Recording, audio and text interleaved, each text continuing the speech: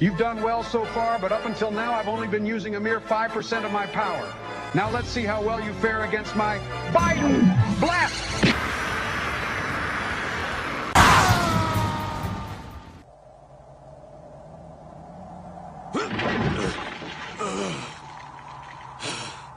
That freak! I can't even pick myself up, and we haven't even put a dent in him. Time we watch videos where people go to like a lot of these Trump rallies and they believe that Trump is still president, but also Obama is controlling Biden, who is making all the decisions, even though Trump is still president. And somehow in their minds, all of that conflicting information just works. So it doesn't really surprise me that a lot of the people in this space aren't capable of sitting back and going, all of these things cannot be possible at the same time. They can't exist in the same narrative. But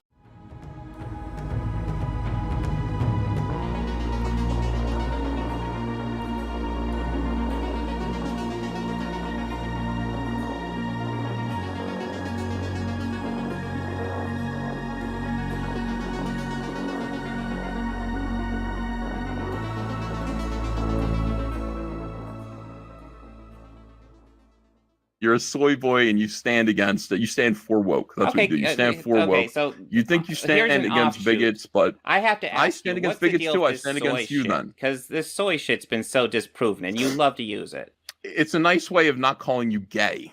You know, like in the old way of like people used to say, let me ask dude, you stop this. being Is so gay an insult? Yeah. So, okay, so it used to be. Now it isn't so much. It should be again. So calling somebody gay should be an insult. Because it didn't mean homosexual. It meant lame. So soy is a nice way of saying, instead of saying gay, because here's the problem. All right. Now, the problem is you're quite right. Like, listen, people don't want to insult homosexuals. They don't want to insult the LGBTQ community, but they still want to use the kind of word that means lame, the way gay used to, but it no longer does. So we call you soy, okay, which means kind of weak, femmy, like linguini spined. That's what it means. We call you soy boys. I like seeing your homophobia. Yes, pussies. I just told you why it wasn't homophobia. Soy is about... And then you did homophobia, dude. No, it isn't. It just isn't. You're lying again. You're not listening. You have selective hearing. You know, I'm being honest with you and forthright. I didn't do that. You are lying again. Wow. Real time, you're lying. Like, you're not even waiting to go back and recut this in order to say I don't have to recut. You're lying real time.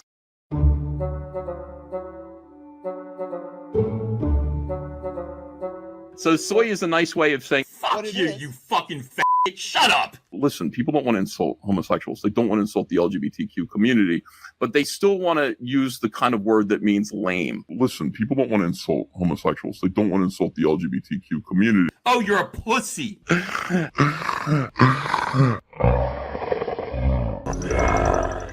Fuck you, you fucking faggot, shut up! In the old days, by that I mean the 90s, people used to say, stop being gay. They didn't mean homosexual. They meant lame. Like a lot of people making the claim that they're attacking the fans. And it's like, if you're not one of those people, they're not attacking you. So that's another example of like that kind of cynical, we're just going to blow it out of proportion and say that Star Wars is attacking the fans when, wait, but you're not being racist. So why are you being defensive about the fans? There's never a point where Star Wars said the entire fandom is racist. You're all racists, right? So, like, do you see what I'm saying? What's the point of all this? Yeah, they didn't. True. Yeah, no, they definitely didn't say all fans are racist. I haven't seen anybody make that claim. Do it.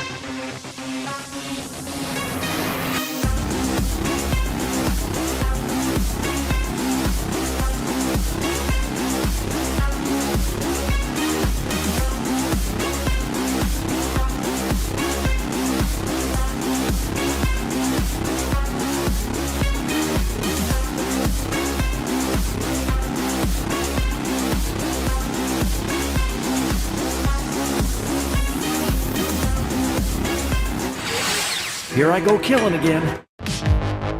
Any of you incels doing on 4chan Snyder cut motherfuckers want to get online now? You can't see my penis, can you?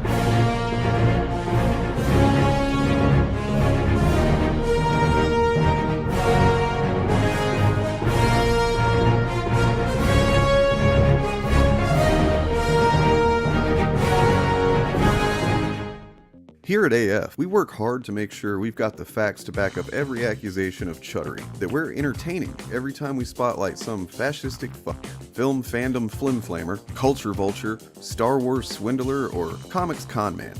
And by we, I mean me. And while I'm certainly not doing it for money, I do need to buy a new PC soon for continued editing and streaming. That's why I want to express my deep gratitude to my support on Patreon, from dopest members like William, Michael, and Smirking Gun. That's not to say that the members at the chillest and basest tiers are any less appreciated. But even if you can't swing it, you can follow me for free on Patreon and still get some exclusive content and opportunities to chat directly with me. YouTube makes us give every ounce of ourselves. Sometimes it feels like we're being milked dry. Support at any level is hits.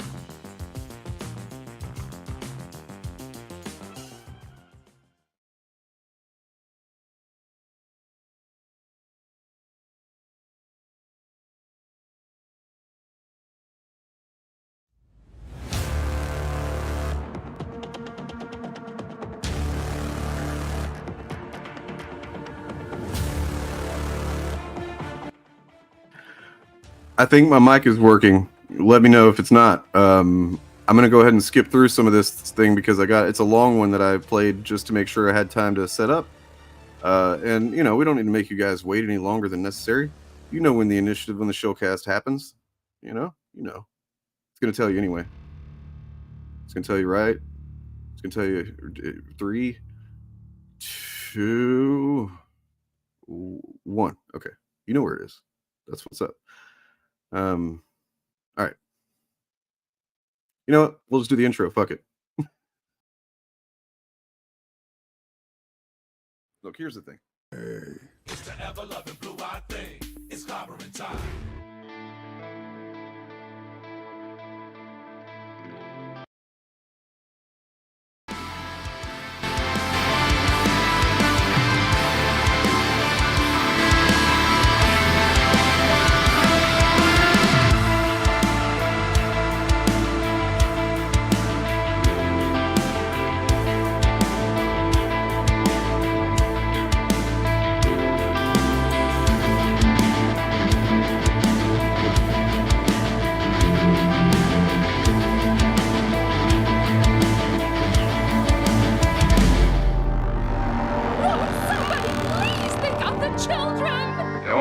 You can really stop this kind of thing is to arouse public opinion.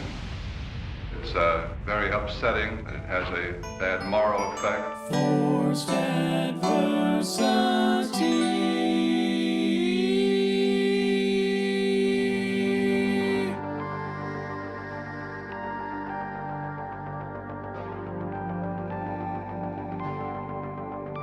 Ask yourself, what's more terrifying? Fear or the frightened? The facts of history and the aggressive impulses of an evil empire. Bad, B-A-D-D, bothered about Dungeons and Dragons. Up yours, woke moralists. Socialism has spread the shadow of human regimentation over most of the nations of the earth. And they're pushing identity politics with this. They 100% are. How do you think homosexuals reveal themselves? And the shadow is encroaching upon our own liberty. I think there ought to be a law against them. Tonight I'm going to show you why. Wait.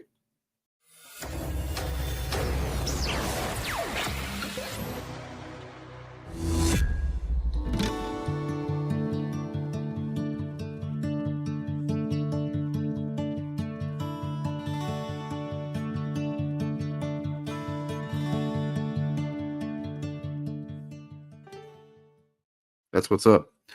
Worth it. Totally worth it. Totally. Well, you know, I'm biased. Let's see what Morgan thinks. You're a little biased. You're a little biased. But was it worth it? It was worth it, right? All right. It was worth it. Yeah. Yeah. That is actually just the first part of a new thing I'm doing. Oh, is it the secret new project? No, I mean, that's gonna be part of it, but I mean, basically that's gonna be part of the pre-streams from now on, along with some other new stuff. I get tired of the same stuff, and I feel like I owe it to people that are waiting to watch something unique every once in a while, and kind of I like to surprise people with what I'm doing, like I can dig it. I can dig it. As a matter of fact, I have a trailer here for a show that doesn't exist, but we're a show that will exist. It's about to, yeah. You're about to see a preview for this stream. This is just a couple minutes here, but this is, Morgan hasn't seen this. I told Morgan not to watch it. If you've watched the upload, you've already seen it. It's uploaded on the channel. It's 2 minutes long. Is this approved by the Forced Adversity podcast? Do we have to take it to the FAP authority, the FAPA? I mean, we might have to. Yeah, it is very upsetting. It needs to be rated. It is unrated. It needs a rating. So okay, we'll rate it from the FAPA. Give it a FAPA rating.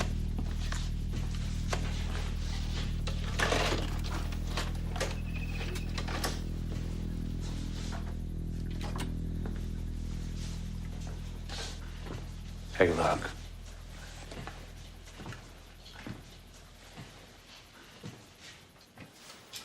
Powerhouse performance by McConaughey. Oh yeah. It turns out people come to Marvel Comics and DC Comics for specifically superhero fare. Now, within superhero fare, you're admittedly going to have some slice of life stuff. You're going to have some coming of age stuff. Of course, if you're a younger superhero, you're even going to have some relationship drama. But for the most part, when fans read superhero comic books, they're expecting a vast majority of the story to be superhero related. The big problem that came in, and really it started with Marvel, but now it's moved over to DC and it's kind of taken over both of their publishers, whether they like to admit it or not, is they went out there and they said, well, we need more representation in comic books. We need more LGBTQ representation in our comic books. We don't have enough gay and trans heroes, so they went out and hired a bunch of slice of life, coming of age, YA graphic novel LGBTQ writers that had been marginally successful in the graphic novel market, and they said, you know what? Hell, they're qualified to write Batman, they're qualified to write Superman, they're qualified to write any of our characters because they're going to actually bring in authentic LGBTQ representation to our superhero universe. Yeah. Jesus. Careful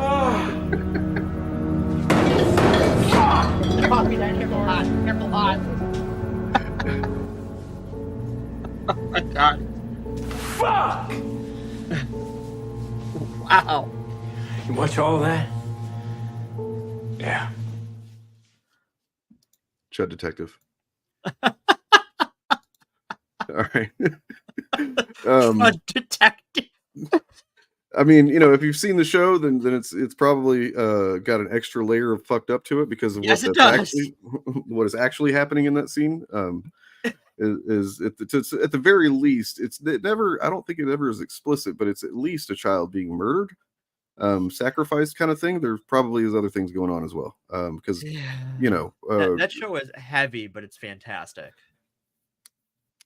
I mean, yeah, that season of TV is I see videos about it all the time. It's like the perfect season of TV, and it really kind of is. I don't know what how they did that. I don't know if it'll ever be done again, and not in that genre. Probably, it's not even a genre I like generally. You know what I mean? It's just right. It goes to show that just the right chemistry of writing and actors and performance and everything is just all gonna come together, and sometimes the quality of performance just elevates it so much beyond that genre.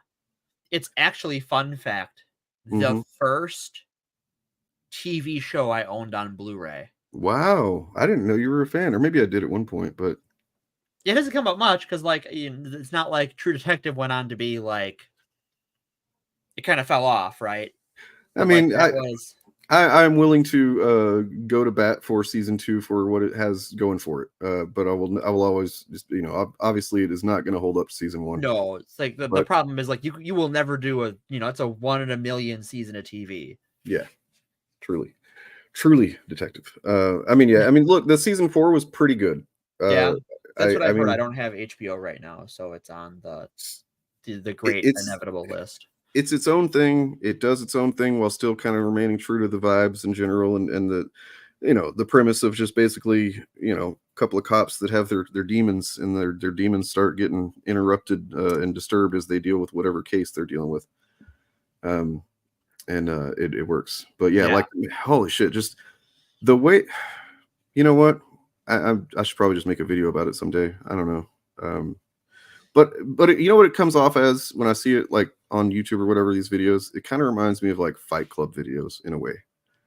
And I don't know for sure that they are coming from the same, I'm talking about like the chuddy, not even chuddy, but just kind of missing the point Fight Club videos. Yeah. And I don't know if that's true about these or not, but it's just like, I don't know. It's hard for me to imagine that everybody that is making videos about this show is really analyzing it on a level that maybe I'm underestimating people. Who knows? Carcosa. You with the Yellow King now, boy. Yeah. Well, they're two different animals. I will say that. Those are what they are apples and apple cider vinegar. It's like if True Detective is like the nightmares that Law and Order has. Right. The fever dreams, but also like it's a well-written fever dream. Crawling Chaos, if you keep posting that in chat, I will have to remove it. We do not spare the yellow sign in this chat. Commentary is a flat circle. It kind of is. Yeah, no, I don't think any season is bad either. It's just, like it's the kind of thing where once you hit it out of the park, out of the gate like that, it's kind of like the first Matrix movie. You come out of the gates with something just so fucking singular and specific and fucking as near perfect as something can be. Right. What are you gonna do? And it's like that's the thing with like especially the Matrix. Like the sequels were never. That was not part of the plan, right? Right. There was no George Lucas. Like, if I get to do more, this is what I want to do.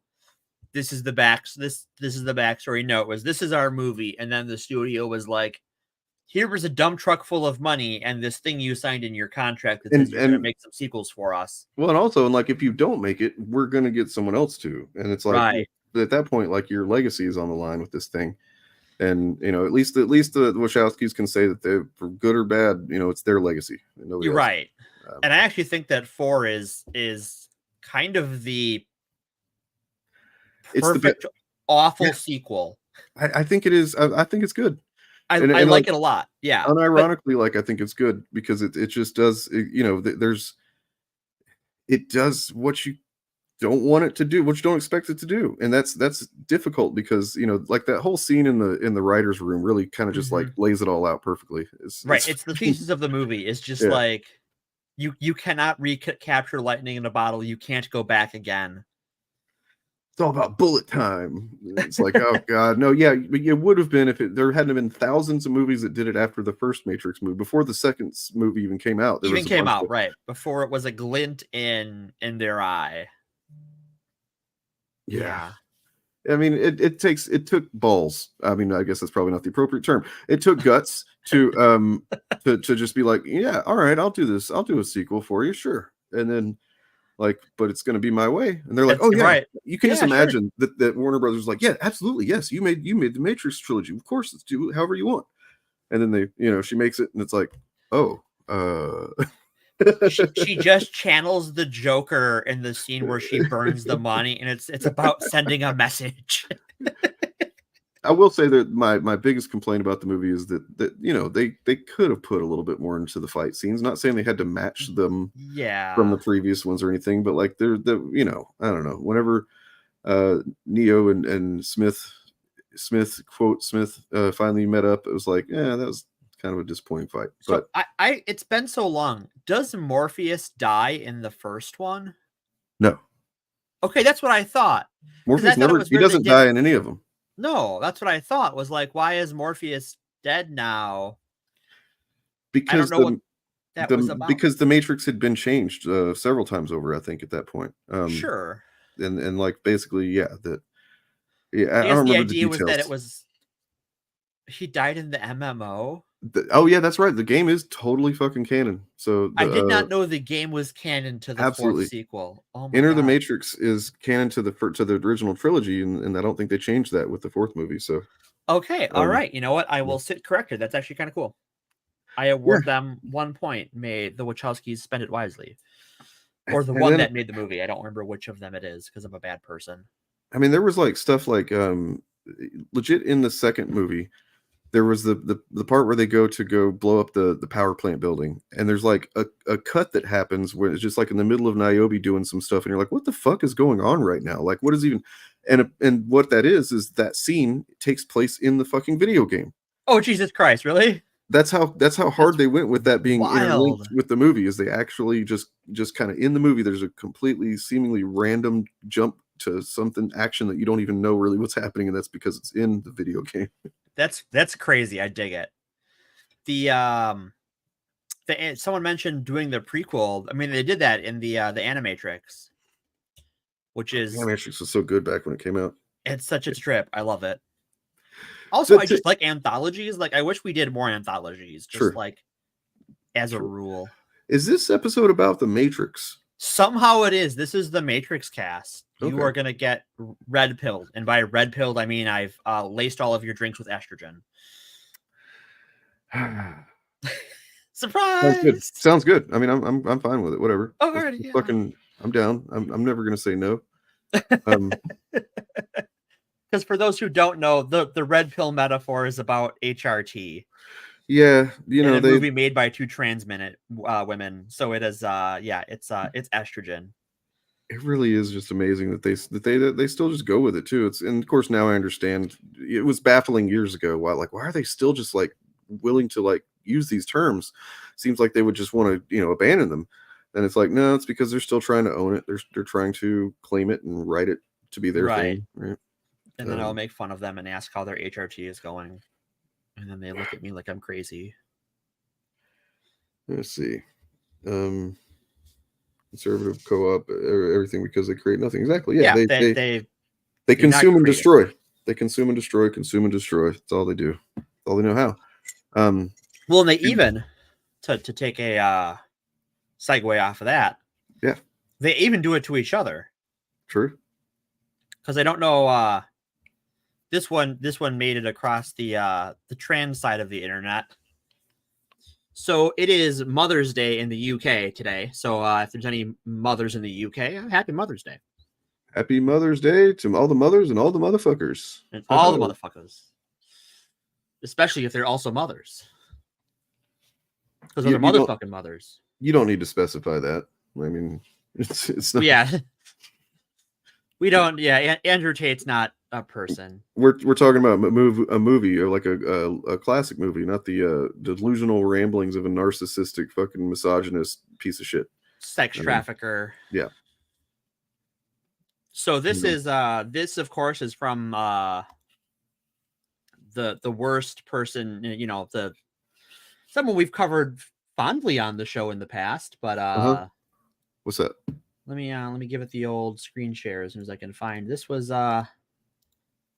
J.K. Rowling's tweet. If you want to pull up the old screen share. Uh-oh. Happy birthing parent day to all whose large gametes were fertilized, resulting in small humans whose sex was assigned by doctors, mostly making lucky guesses. And it is basically just copying the thing Ben Shapiro tweets every year on American Mother's Day. This is a billionaire. Is she a billionaire? She is a billionaire. A billionaire writer. She has at least one kid. Imagine if you're a parent. This is what you're doing on Mother's Day. This is who you are on Mother's Day. So now she is just like the female Ben Shapiro in my brain. Maybe it's a menopause thing. I don't know. It's just turf brain rot. It's fucking conservative cognitive decline. Call me Quasimodo. Yeah. All right. So I just wanted to share that.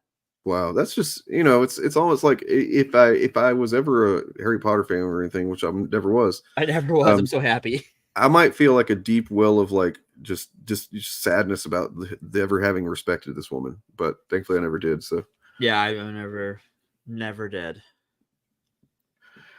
Yeah, she is obsessed. Yeah. So fuck her.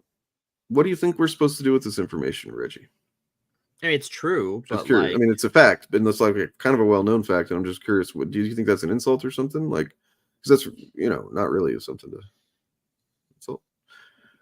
I feel like she should pay that back to the treasury, right? She should. Yeah, I mean, once you get like $1 billion, you should have to account for that shit. I think for right, sure. That maybe like, she took according to her need. Maybe she should provide according to her resources. Right. What did you guys think of the Biden blast? Did you see that? How many of you missed that one? I was like, what the fuck is going on here? Just magic. For those who are arriving, you might want to torment them with that, so I'm not the only one. It's only 25 seconds. And look, he had a pretty fucking stellar State of the Union. Yeah, I take my issues with it. I think his like comedy roast of Congress was pretty good. I think him throwing the fucking challenge at the Supreme Court was great, calling them out for their bullshit. I think that he referred to someone as an illegal is gross. Yeah. Well, look, he's Biden. He's what we got. I'm just trying to like pump up the vibe a little bit, so people can focus on the positives. The good, I think there was definitely more good in this speech than bad. Because apparently, not living under fascist fucking dystopia is not enough for some people. It's not enough for some. No, some people. Look, it's on a fucking curve, all right, Bob? Like it's not. It's a Biden scale, right? It is the. I don't know if it was as good as last year's. I don't remember last year's, but it's certainly like. I've been seeing her name up. Is it really stupid? Her response. Her response is not great. Oh. Well, anyway, let's check out the Biden blast because it's funny. Regardless. Here's the Biden blast. So far, but up until now, I've only been using a mere 5% of my power. Now let's see how well you fare against my Biden blast. This was from the State of the Union. Yeah. This happened. That freak! I can't even pick myself up, and we haven't even put a dent in him. That freak. Well, that's the thing now is like, for the last, a while now, it's been, Biden's too old. And now they're saying, well, he's not just too old. Now he's on drugs because. Right. That's what fucking Sean Hannity was saying for sure. That he's on drugs now. And that's like, come on, man. There's literally anything that he does, Well, and then I'm sure next week we'll be back to Hunter Biden, right? Because they just rotate through. They've got they've got the wheel of stupid. That's it. The wheel of stupid. Speaking of which.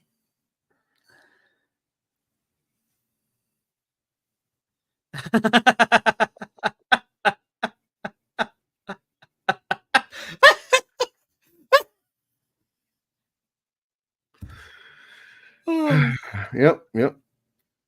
I was not expecting, like a comedian posted that in the Discord server, and I was like, really, comedian, you're going to post one of these cringe ass Joker fucking memes? And then I'm like, oh, okay, yeah, you got me. You had me in the first half. I'm not going to lie. Yeah, I don't think her career is done, but I think she's going to be a window seat politician for the rest of her career. Is it a pretty short thing or what? Like, I don't remember how long it was. At that point, I was sort of like onto something else and not really paying attention. So, I mean, we if we don't watch it now, I was going to say, if we have time, we're not going to have time at the end of this. We're just not. Because once we get onto topic. Yep. So what are we doing first? We're just doing. Well, do we want to do we got any bub stuff? We got any year of the bub stuff, or is that going to be into our primary topic?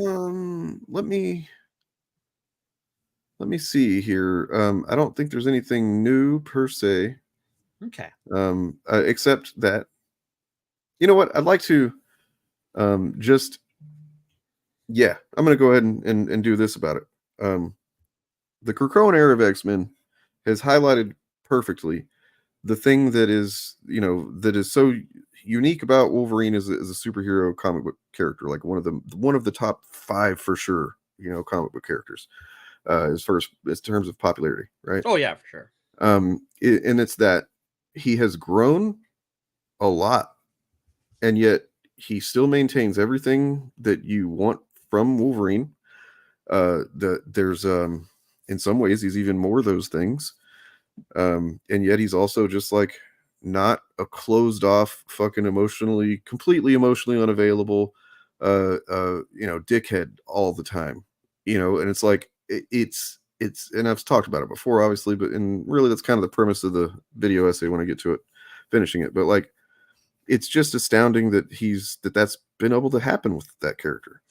And if you can go back and read his appearances in, the 70s and the 80s, where he's just like, in a lot of ways, he's got, depending on who's writing him, Claremont did some good stuff with his inner monologues and stuff, where he would have some, some wisdom to say and whatnot, and some life, just analysis that was pretty good. Teaching Kate Pride how to murder everybody. Yeah, but it was always really kind of like super duper cynical. Yeah. And like he was never really able to like connect with people like with intention and like a healthy mindset. And it was always just like yeah. And now he's better. That's all, and he's a father, in a weird couple of ways. And like working to be a good dad too. And kind of an interesting father-child relationship with his children. Interesting to say the least. Yeah. And he it's just cool to see, and I'm grateful for it is all. That's why I love the bub. But I did want to say that I now have, and which means you have, if you want it, anybody, a full accounting and timeline reading order for the Krakoa Era. Just issue by issue, and it's pretty cool. That I think that'll be like once we're done, right? Once we close that last page, then it'll be time to give it the old. It's 5 years of comics. Well, this first page part is actually deceiving, because as it goes on, it gets more. I will say this, in hindsight, they maybe could have kept it a little bit trimmer in some spots. Right. But of course, at the same time, I'm going to be collecting all these comics over the next several years, and I'm not going to complain about it. Here's part 2. Well, some of that stuff kind of runs together, like Hellfire Gala and Trial of Magneto kind of run together. Yep. And like the reason I'm pulling these up now is just because, like, when you really look back on it, there's a lot of good shit. Like, holy shit. And so that's what one of the things we're going to do is talk about what just some of the standout moments and concepts and things that that it did right. And even if we have anything we want to talk about that we didn't do right, we'll talk about that. And then we're also, I think, we're gonna watch one of the many Thinking Critical videos where they just like are determined, and have been for a few years now, to say it's the worst era of X-Men ever. Which is interesting. So it is interesting, and I'll save some of my thoughts for once we're in it, because I have an observation or 3. Can you link those lists you put in chat for folks? Oh, I haven't put them in there yet, but I will now. Let me grab that shit. So, and also have like, if you want to, I started making this months ago, and I never really got too far with it, because it's like, how do you make a? Because somebody was asking what's the stuff that you have to read, and like, because obviously I don't want to encourage anybody to buy every issue or book of this stuff. It's like, it's ridiculous, but yeah, it's a lot. What the hell, Gordy? Stop that shit! Stop it! Stop it! You just came in. Stop it. Sorry. No problem. He just came in the bedroom, and then he's like right at the door scratching it, wanting to go out again. Like, nope, sorry, buddy. Because especially because like when you're talking month to month, like it ain't cheap. And so I've even been picky about books and like waiting for stuff to end up on Marvel Unlimited So another couple of things that we can look at here that I have is so I got the timeline here. I'll drop that link in a moment, and then I have just a core question I thought was interesting because mainly the answers are what's fun. So this person was like, "How come Marvel's X-Men aren't all people of color at this point in time, and why hasn't there been efforts to make this change?" And this is a recent question.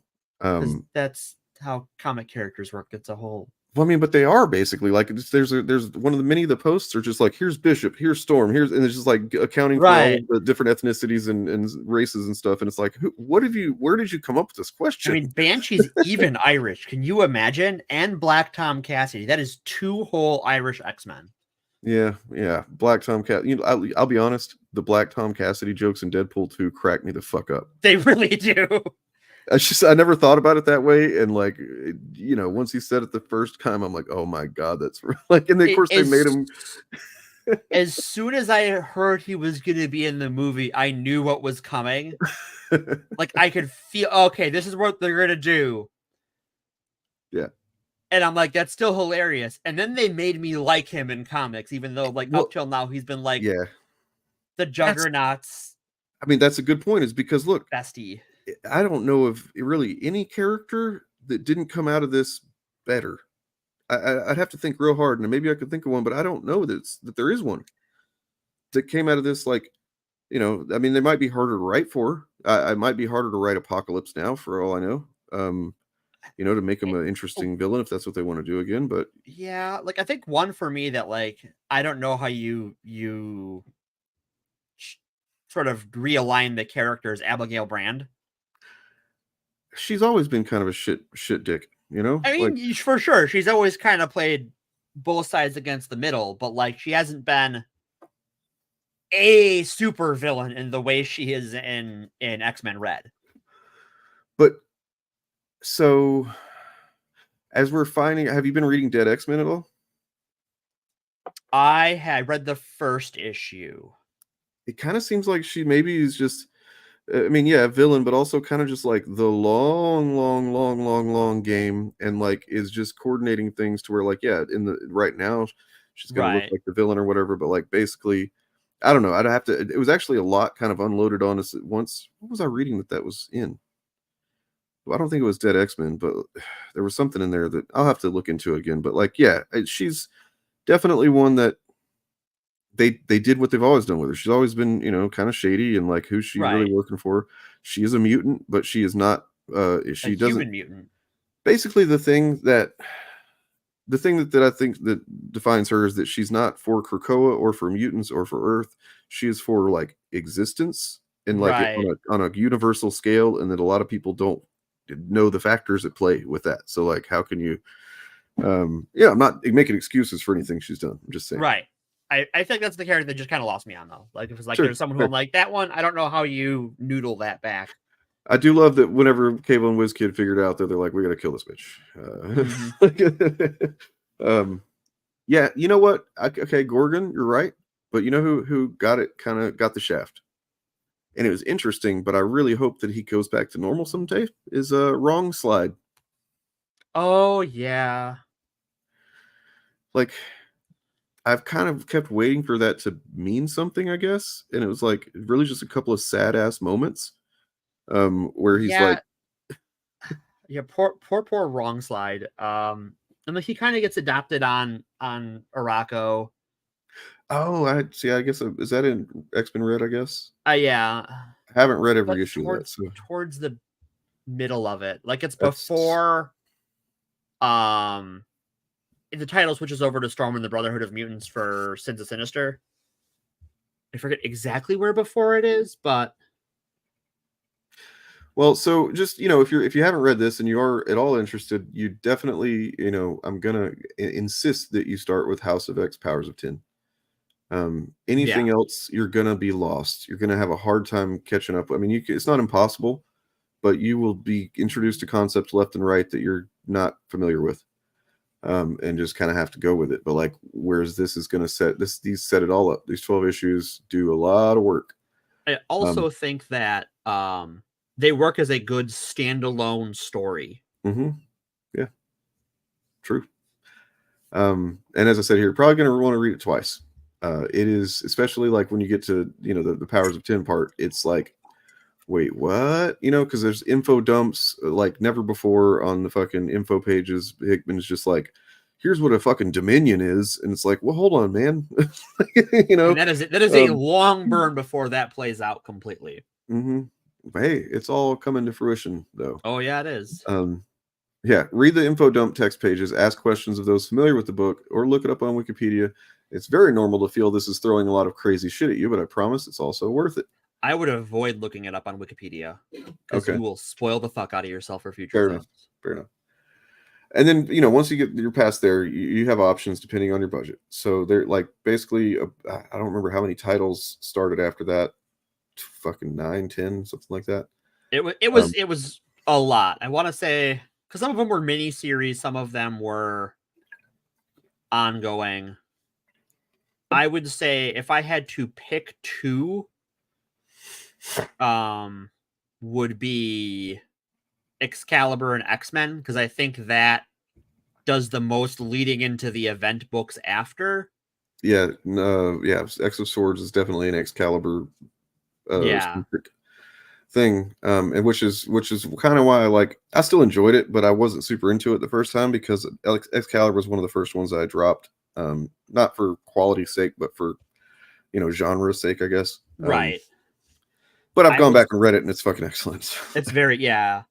And then I would say, like, after that, like, in my personal, like, next tier of importance for that first wave would be X Factor and Marauders.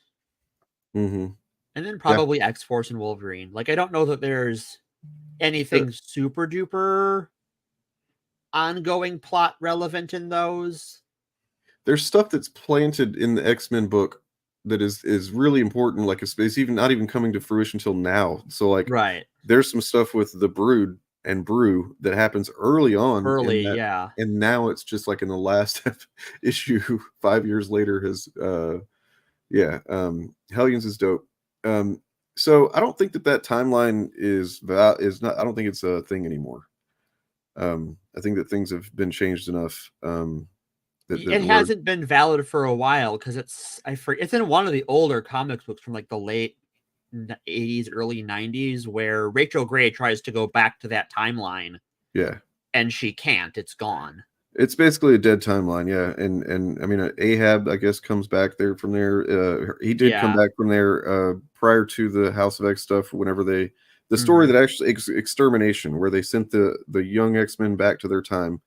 Part of this plot was that Ahab had come back from that timeline to kill them, and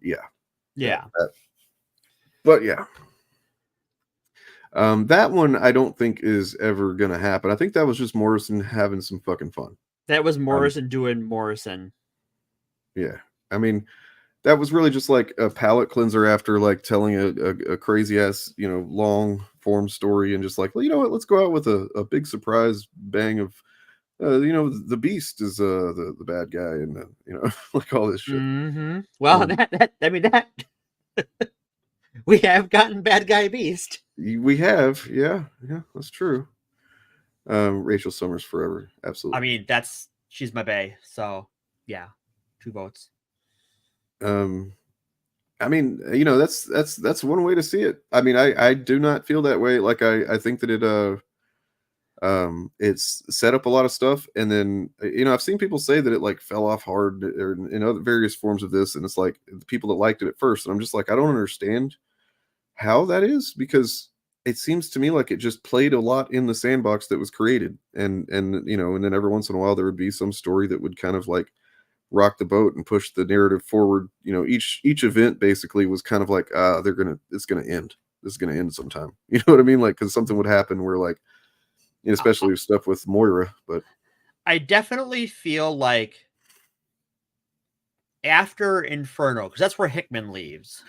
Yeah, I feel like there is sort of a like step down in some ways. Not that it, I mean, for me, it doesn't fall off, but like there's a noticeable change.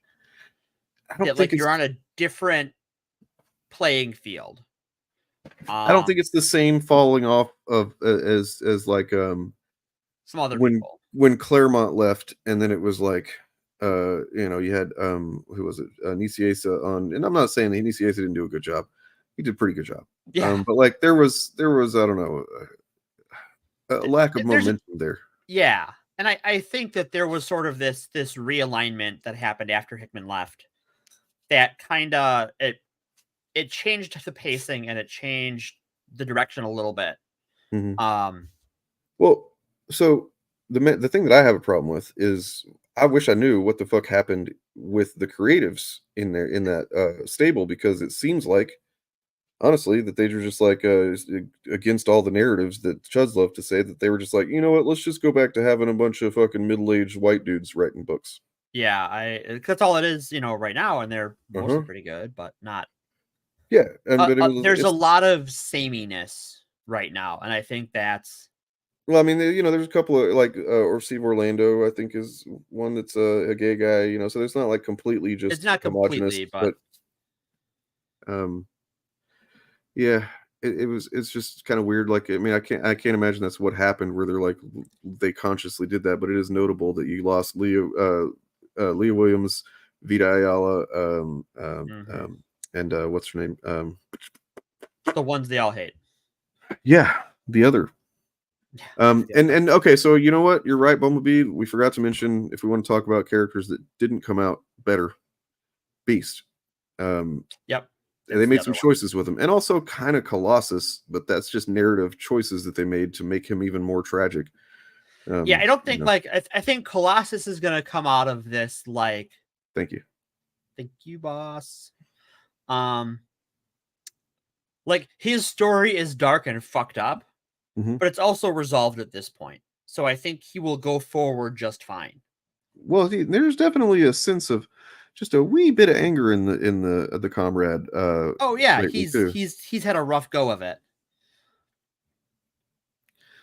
Let me find. He's a darker beast, as Screwface puts it. You know what? I was reading through some stuff that I hadn't read before. I was reading Immortal X-Men, so I guess issues 6 through like 10 or something, which is basically right before Sins of Sinister. Right, that lead up arc. They all find out that what's going on, that he's doing some shit, and there's just a one moment, like 2 panels, where you see that he has Dark Beast's head in a jar. Yep. And Dark Beast is like, "Come on, let me out." And he's like, "Nah." He's like, "You would be disappointed. You're not even the darkest beast anymore." Yep. That is a great. It's a great moment. What's funny is when I was reading Immortal X-Men, I wasn't reading X-Force at the time, and I'm like, the record scratch goes off in my head. Wait, what's going on over there? Yeah, it's pretty. Immortal X-Men's pretty crazy. Kieran Gillen likes to work with the bigger concepts, and I appreciate that. Yeah. I mean, look at Sins of Sinister. Yeah, that was like, everybody seemed to have a lot of fun with that, I think. That was a really, really cool way to do an event.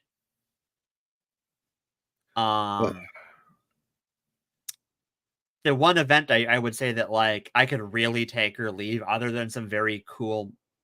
There's some like neat moments, but the event to me was too long, too big, and I don't care. Was AXE.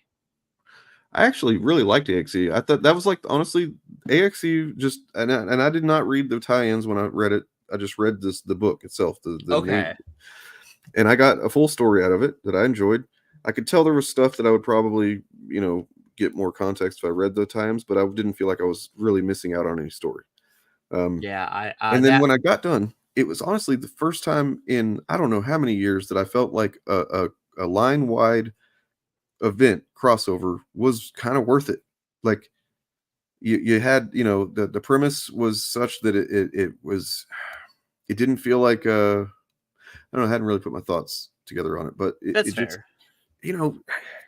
You get to address the core of every character that you deal with, essentially, because you got Erisham, the judge, is judging everybody, right? And so it's all about like who they are right now in this moment in time, what they've done, how they feel about themselves, how other people feel about them.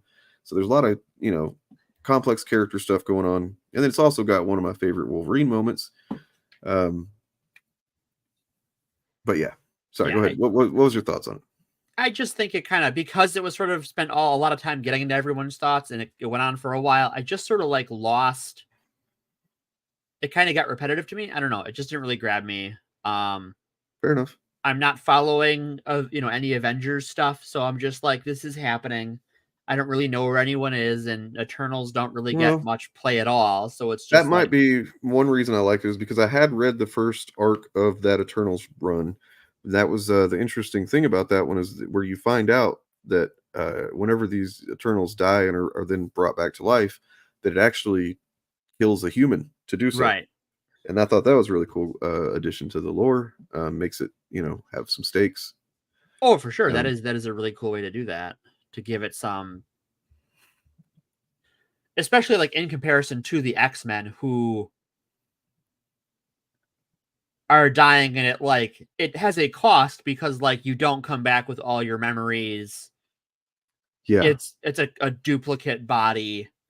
Unless Nightcrawler did several times in that story, which was crazy. Like he martyred himself like a dozen times. Oops, apparently Siri wants to talk. All right, I think I solved that. That was weird. Siri's not even on. I have no idea what that's about. Avengers was not good at that time. Are you talking about that was during the Jason Aaron run? That was a fun fucking run of Avengers. It was not anything like profound or anything, but man, it seemed like we know Jason Aaron can write some deep character, and deep mythology type stuff. So whenever he chose, it seems like he intentionally was like, I'm going to make the biggest, most insane run of Avengers ever, as far as like the shit that happens and the powers Just that they all go bananas. Yeah. And he did. And honestly, I think it's probably going to age well. That's just my opinion. But. So I forgot there was some Bub stuff that, this one that I didn't really talk about. Just good scene. Yeah. Good out there. Or they're killing Captain Sabretooth. Yep. Yeah,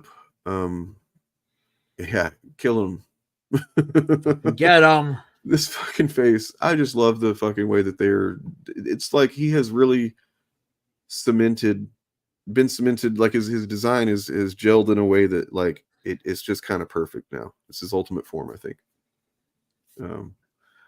Where I don't know how to describe it. I'm not good at describing art. It's one of the reasons that I never like just did straight comic book content. Fair. But yeah, it's a good cool, art. Just like it's a really visceral page. It's a visceral story. It's definitely that. What the fuck? There's a lot of viscera just everywhere. There's a lot of it. Yeah. Oh boy. Yeah. So. Oh! God damn it! Oh God! I don't want to see that again. It's. Yeah, means like he caused this. He's blaming himself now.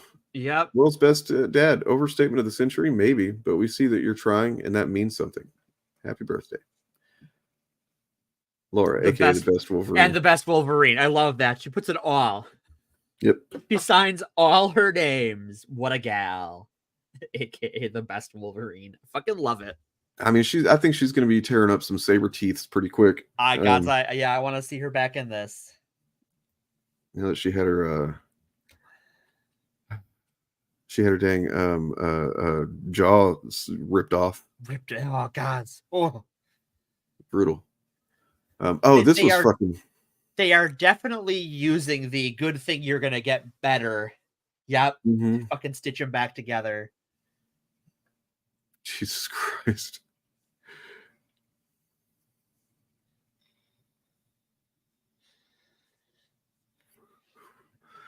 Nightcrawler, my favorite X-Men. Sorry, Dan. I mean, Nightcrawler has become one of my absolute favorite X-Men. I mean, he's always been one that I liked. Just like he's it seems like he's a fun character, right? He's always cool. I always enjoy Nightcrawler. Not never like anything to dislike, but he's definitely become something much more. I mean, I got the damn spark, that's true. You do framed on my wall. I fucking love that shit. I really related to his need to find something that was like not religious or spiritual, but just like a concept that was so fucking powerful and pure that you could like latch onto it. You know what I mean? Like, and that it would nourish everyone kind of spiritually in a way. Right. Like I like that.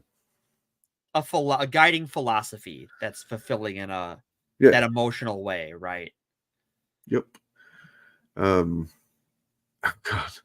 Aurora just like super fast sewing his hand back on and shit. It's just, I mean, you know, they're having some fun with the brutality here, going that close on this stuff. Like, yeah, they really want you to see that, you know, it hurts to be Wolverine. Right. Well, and poor Aurora, like, fucking boyfriend gets fucking shredded into a fucking happy birthday message. Yeah. Fuck. It's funny because Colossus and Domino come in and they're like, I hope you can run because we got a runner. Yep. Like right after his feet are sewn back on. Right. Oh God, we got a runner. Anyway, that's been a book I've been in. I haven't actually really kept up with Wolverine up until Sabretooth War, just because there's so many books and so little time. But like following it for this here at the end has been quite the ride. Yeah. Oh God. Yes. Let me pull that. Look, we don't know for sure what it's about. Okay. We have no idea what she's all excited about. It's excruciating to very wait. cryptic. Very cryptic post. I don't know. We'll have to examine it. So I am excited to head to South by Southwest for Marvel next week. I can't explain what we will be revealing yet, but we're ecstatic to share with you all. No hints, though. Excelsior. I don't know, man. And then fireworks. Huh. And the Chuds are going to lose their fucking minds because, and it has been confirmed, apparently, that like the two teams of X-Men will be led, one by Rogue, one by Shadowcat. Yep. So... like, can you imagine about getting mad at teams led by those two characters? Like, they're iconic X-Men. They've been around forever. Nobody fucking hates them. Like, oh, you're gonna be mad now. You hate Shadowcat? Get the fuck out. Get the fuck out with that. Oh, they're not throwing Rogue's butt to your. Oh man, look, Jed McKay is quickly becoming, because I finally started reading his run on Avengers. His recent run is ongoing now. I had held off on it, you know, because I was like, I don't want to read a new Avengers run quite yet when it started. It's pretty good. It's pretty good. Like the you know, the Impossible City and the Ashen Combine, I think it's called. It's good stuff. Have you read any of that, Morgan? No, I have not.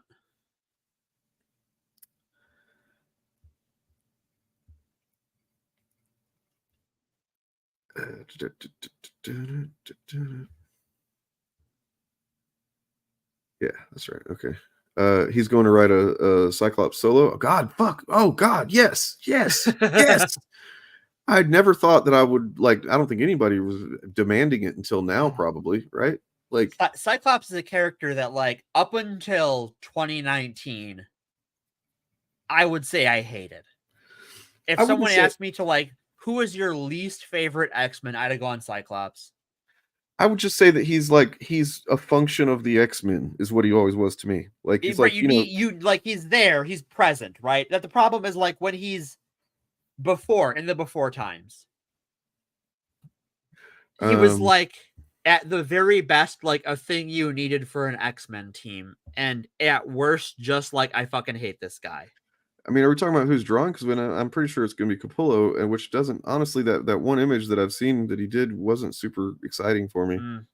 But if you're talking about writer, I hope it's fucking, I don't know, Al Ewing or something. Who's going to be doing it? I don't know. God, what would Al Ewing at Wolverine be like? You know, I'm waiting because I feel like the Fall of the House of X stuff has like teased it fucking hard. That I am waiting for Jean to come, like, just give someone who's about to kill Scott a fucking Phoenix enema. I see. Thank you, Sandman. Yeah. I mean, around here, Bumblebee, you let us know whenever it's an unconfirmed source. How about it? Lucifer, how fucking dare you? I mean, I would read the shit out of that. I mean, honestly, I would give it a shot. Like, if it's yeah, sure. I'll give anything a shot. I don't have anything against Peach Momoko. It just wasn't what I was expecting from an X-Men book, is all. It is, yeah. Ultimate X-Men is very much a different experience. Have you seen the new trailer thing for the '97 show? No, there's a new trailer. I have not. Okay, so we got to pull that up and watch that then. Okay, because like, oh my god, one of the main things that I remember from the pilot episode of the cartoon, they do a callback to it, and it's like, oh, can't believe it. So let's check it out. Let me find that. Yeah, I imagine the new Ultimate X-Men is something you would enjoy, Julia. Oh yeah, I think you would actually like it. All right, yeah, we got to see this trailer. If there's a new trailer, I haven't seen it. It's been a busy week in Morganland. I mean, it's kind of a trailer-ish thing. I don't know. Teaser. Yeah, it is an astonishing '90s trailer, and it's got a couple more moments that really show the animation. I'm more excited for the animation style now. So here we go. Whoops. It looks like I didn't even finish watching it because I started panicking, freaking out in a good way at this moment. So you probably will know it. Look at the Colossus. I used to have that. Holy shit. Oh my god. The Jean and Cyclops picture. That Jean and Cyclops picture. Oh my god. Things are about to get extreme. Daddy's home. Your favorite marvelous mutants are back. It'll be just like old times. 10 all-new episodes. Here Only it on comes. Disney Plus. That will knock you out. Take his visor before he starts up again. No, don't! I surrender! Not. Yeah. I fucking always remembered that he did that to a Sentinel in the first fucking episode. Yep. He's like, he's like, we surrender. Not. But you're about to be a really dumb moron. Is that gonna bring it back for like these millennials or something? Because I don't know if they haven't been doing not. Nobody's done not in a long time, right? Well, millennials. I mean, we're talking about fucking Gen Z, Gen A now. That's what I meant. Yeah, that's what I meant. My bad. I want the kids to youngins. If there's any Gen Z folks in the audience, I'm sorry. Also, please bring back not. Like, do that for me. It's so stupid, but it's also really fun because yeah. So the thing is that going to replace Give It to Me Raw as your drop? Replace? Why wouldn't I just have like an arsenal of Cyclops drops? You're just gonna you're gonna change the channel name to Actual Cyclops? I don't know if I'll go that far. But we'll see. But actually, I think a Cyclops solo book. I know he's had one like before, like a limited series, probably. I think so. I know he's had a few like him and Jean books. Right. Because I remember reading the one after their wedding where they went into the future and shit. Yeah. And I remember dropping it because I didn't like the art. The art is there. Like not great. People that complain about the art in comics these days, like Marvel and DC art or whatever, it's like, okay, I get maybe if something isn't your vibe or whatever, but like there was a lot. It was all over the place back then.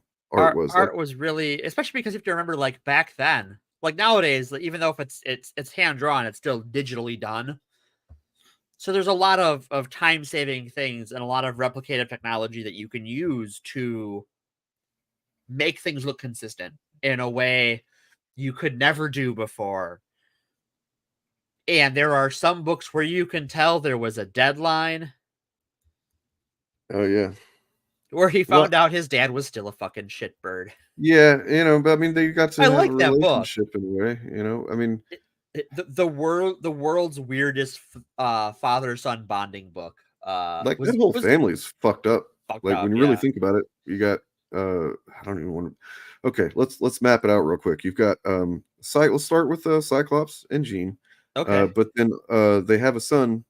It's not really her son, kind of. It's well, more, okay. It's So they have a half son, right? Because him and Madeline have a kid.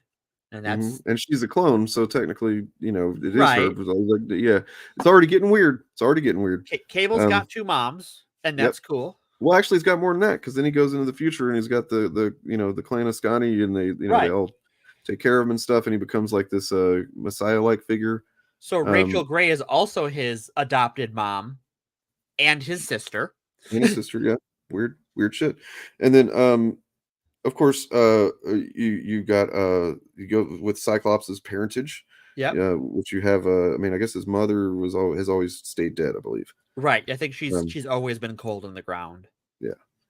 But then you got Corsair, who's just like a douchebag pirate. Kind of cool though. I mean, he bangs a Catwoman. Like, yeah, he's into furries. I used to fucking, like, back whenever I got back into comics as an adult, which was mid-late 2000s, and I started reading X-Men and stuff. I got really kind of oddly attracted to Hepzibah. I was all about I went to a con, my first con, and Billy Tan, artist Billy Tan, was there, and I had him draw me a sketch of Hepzibah, which I was like, oh man, she's hot, her little cat tail. I don't know what my deal was back then, but I won't hold that against you. It's not like I never went after any other cat women after that, so it's like not like a thing. It's just for some reason her design and just anyway. Oh my god, she's a skunk. That must be what it was. Yep. I was in the skunk. There is, of course, Jean Grey and Scott Summers' child made in like a vat by Mr. Sinister in AOA, which is Nate Gray, the most powerful mutant. Right, which is, someone mentioned earlier, he hasn't been around in the Krakoa era. That's probably for the best. I think that they very intentionally, before that, he was essentially the villain ish of the arc right before Krakoa. And yeah, he was the antagonist right before that, and then he went away.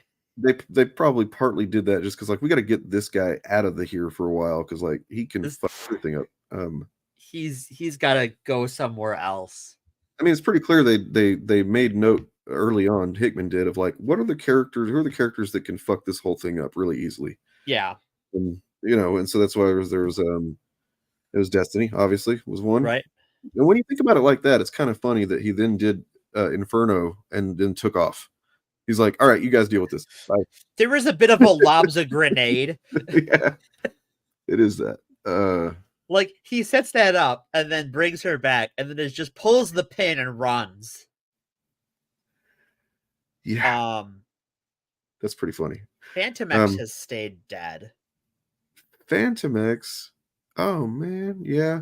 Because originally I think he gave Xavier his body, and Xavier's body at the beginning of the Krakoa era is still Phantom X's body. And then once that body gets killed, he gets a new one, but Phantom X stays dead. But wait, they did a Phantom X did they one shot, didn't they? I mean, if it's a one shot, I may have missed it. I thought they did a yeah, I felt like they did, where there was like they went into the what's it called, the world. Yeah. Maybe I misremember something. Don't start my fake French. Yeah, they did. I thought so. Because I remember it being a pretty cool book. Okay. Yeah, I mean, yeah, something like that. Phantom X is fucking cool. I love Phantom X. That's why I feel bad that I missed that one shot. I'm gonna have to track that down. I don't even mind his fake French accent, because like, look, he's not even like a real dude. Like, he was just, kind of like, he's basically imaginary, but also very real. So I mean, if you just kind of, you got to make your own personality when you're him, and he's done all right. Yeah. That's just one of those Morrison creations where it's like, oh, this guy will be fun. He is peak Morrison shenanigans, and they did a great job. Julia, not only is Legion around, he has had one of the best fucking glow ups and fucking like character, like he's an awesome fucking character now. Yeah. He's not like, they're not leaning into mental illness as like oh no, he's gonna go crazy. Like, he's actually a big part of his character arc and throughout Krakoa has been that he has his shit under control, and he's like actually got this whole basically this other dimension inside his mind where all of these, all of his alternates are, and he can access, different ones, and yeah, it's pretty wild. Him and Nightcrawler became pretty good friends, and yeah, Cy Spurrier did a lot of really good shit with both Nightcrawler and Legion. Yeah. I am still working my way through Way of X. It's one of my favorites. It's very good. Just how Nightcrawler goes about things. I don't know if you've gotten to the Fabian Cortez thing yet. No. Because how he deals. So Cortez, I'm sure you've met Lost, right? The character Lost. Yeah. And her whole thing, and like she kind of, I'm not gonna spoil it, but basically the way that he goes about dealing with this scenario between Lost and Cortez is fucking brilliant, and it's like perfect Nightcrawler like kind of solution to things, and it's just good shit. Yeah, Legion does have a Krakoan gate in his what? Wow, what that's movie? rad. Oh yeah, for cool. He's never had an Oscar before, right? I don't think so. I don't think so. If he has, it hasn't been in a long time. Yeah, I don't think he has, because anyway, okay, so let's do this before we move on to we'll ease our way into the negativity. Because there's this article, and let me drop this timeline in the chat. And let's take a look at it real quick, as a matter of fact. Oh, that's another person they kill off to get the Krakoan era going. Who? Is Evan. Evan Apocalypse? Yeah. Yeah. Yeah, he's kind of like he didn't exist almost now. Yeah, they don't want to talk. Like, and I liked him. I thought he was cool. It was a cool concept, to see like, and I thought him and Deadpool in a lot of books had a good relationship that was really interesting. Okay. Uncanny X-Force is still one of my favorite X books. So just to get an idea of this monstrosity of the last several years, here's all of the banners. For the main banners / events.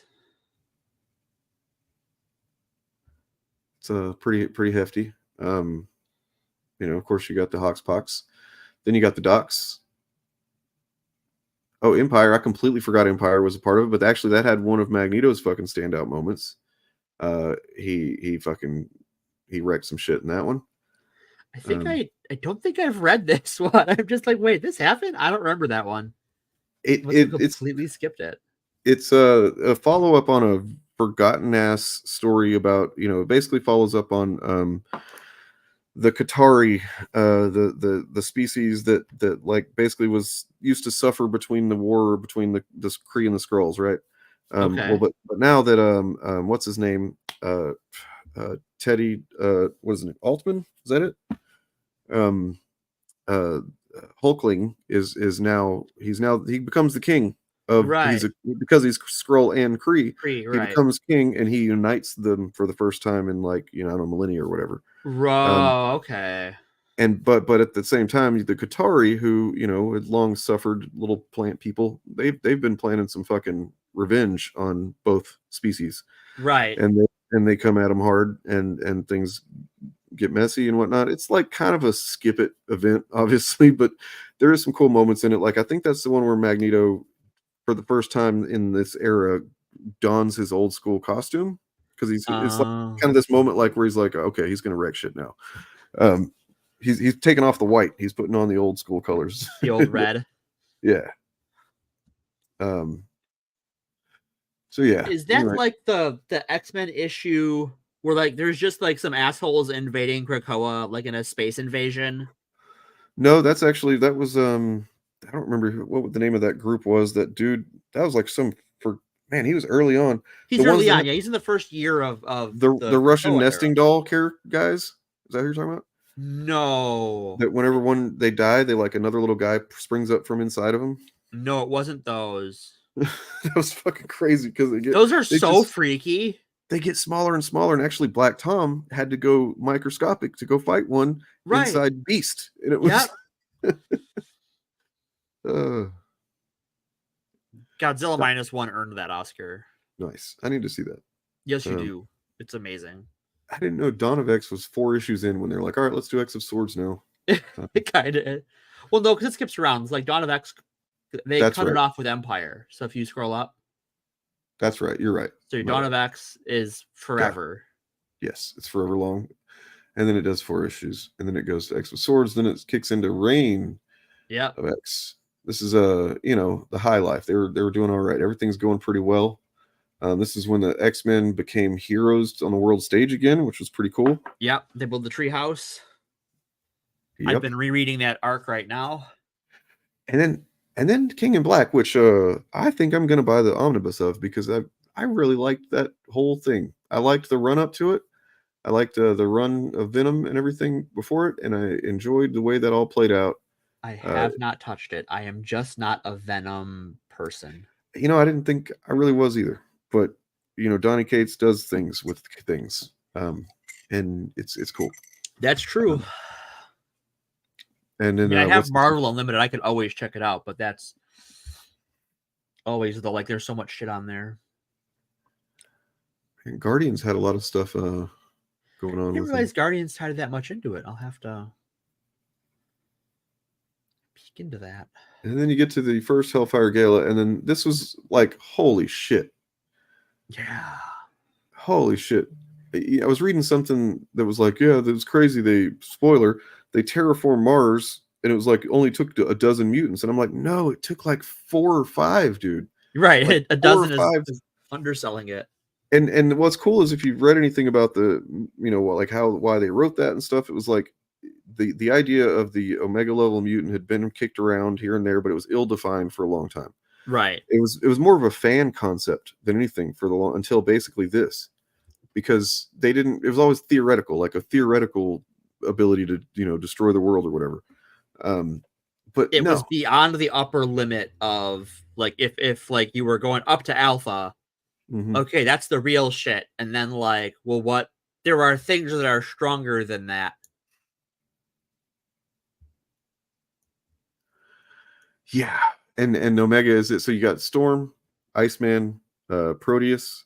Who else? Well, there was a couple of the Araco mutants that were involved. Right. The fish head person. I forget their name. It was about a dozen. Okay. I wish I could remember his name because he has one of I love the Araco mutants because they just have such actually weird powers. So now I want to figure out his name, but his power is his body is an ocean. Yep. And all he has a whole ocean's worth of life in him. Yes. And it can expand infinitely out of his body, basically. And it's a whole biome. It's pretty wacky. Let me see here.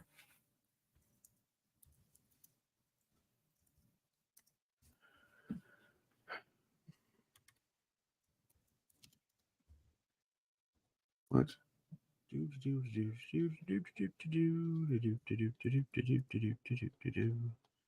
Where the hell is my Planet Size X-Men? Because there's just a couple of really iconic ass moments in there. Man, I buy more comics than I realize, I think. It sneaks up on you, doesn't it? Crazy how that happens. And this, yeah. It's like 15 minutes of fucking pure joy, and then it's over. It's just like 3 times sex. So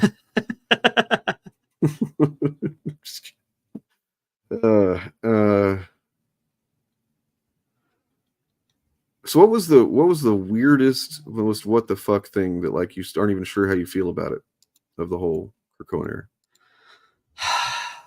Ooh, boy. That's a toughie. Okay, so I guess because it's the most recent. I think that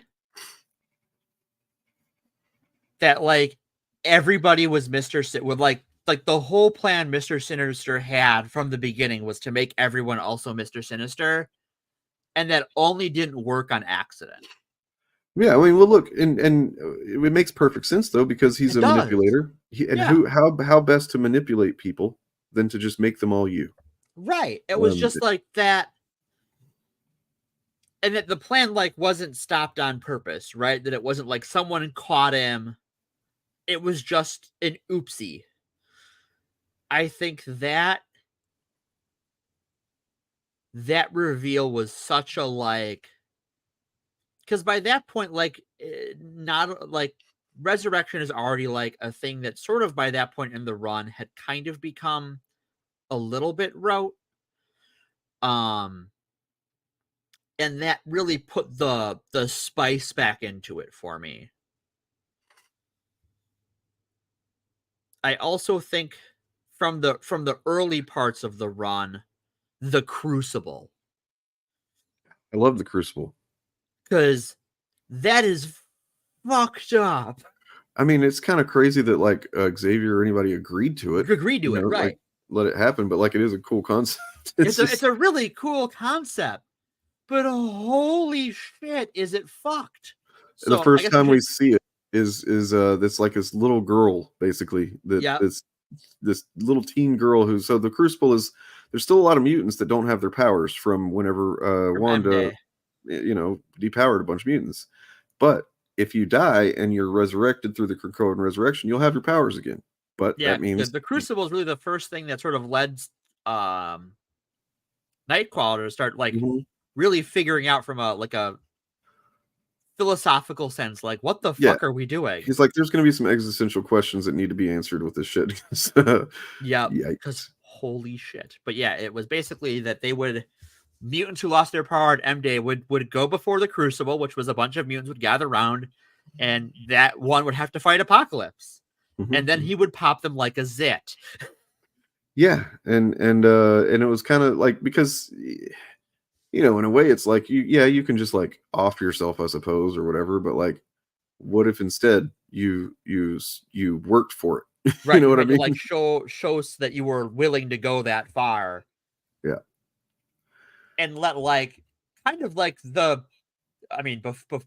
Krakoa, like the biggest villain in X-Men, right? Like just fucking put you in the ground.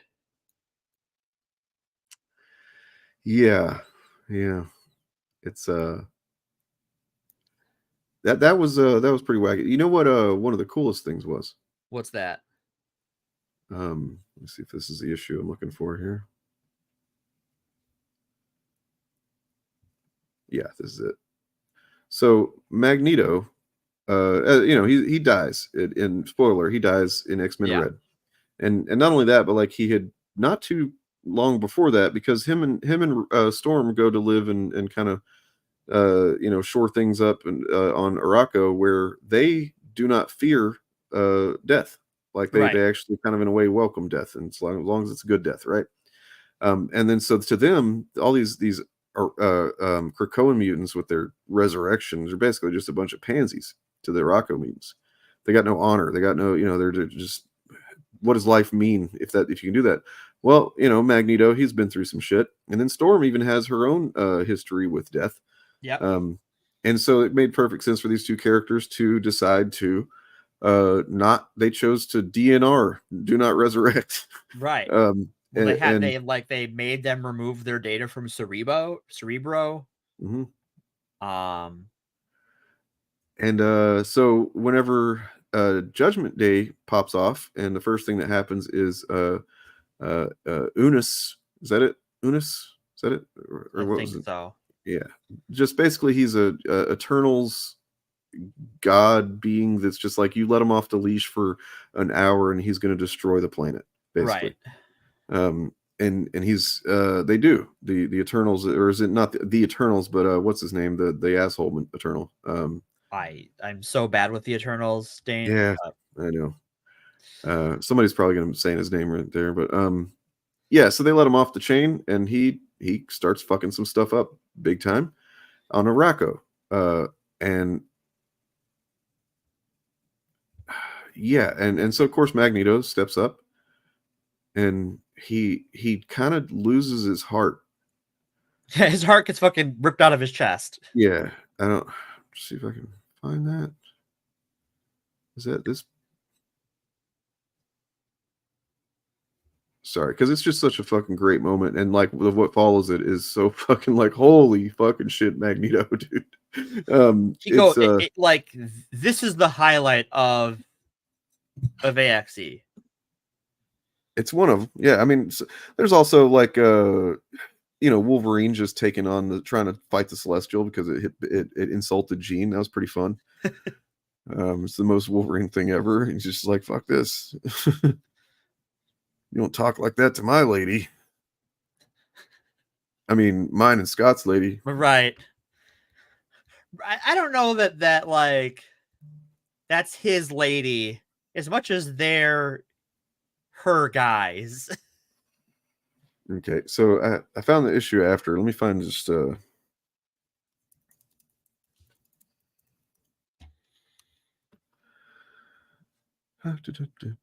it's not Unis. I don't know what I'm thinking. It's Uranus. Uranus. Is that it? Yeah. That's what so. Greg put in chat. Sounds right.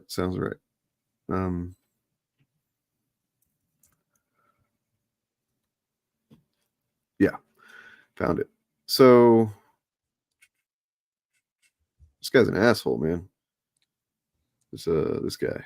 He sucks. I'm gonna tell you what. Find a good high definition one here. Here we go. So this is spoiler, X-Men Red number 5. Just punches him right through the fucking chest. Boom. Magneto's done. Unis the Invincible, yes. That's what I was thinking of. No, they did not. Ecstatics was not really involved in any of this. Not that I'm aware of, no. Yeah, so okay, well, shit, man, Magneto's dead. And that's legitimately how it seemed in the book. Like how the fuck could anyone not just be dead now? Right? Well, sometimes you're Magneto. Sometimes, if you're lucky, you're Magneto. And kind of in the last minute, I suppose, you go ahead and just make yourself a new metal heart to pump the blood through your body. Because sometimes you're motherfucking Magneto. Oh, and can I also say, holy shit, you had Nova, Richard Rider, my boy, fucking just like on the front lines of Araco with them the whole time. Like, and he was really cool in this. He died too. Yeah. I mean, which is like the 75th time that he's died. Yeah, that's the problem. Like that guy dies all the time. That's kind of the thing the problem that they wrote for themselves whenever they made him God mode in Annihilation. Is he's just too fucking powerful. But yeah.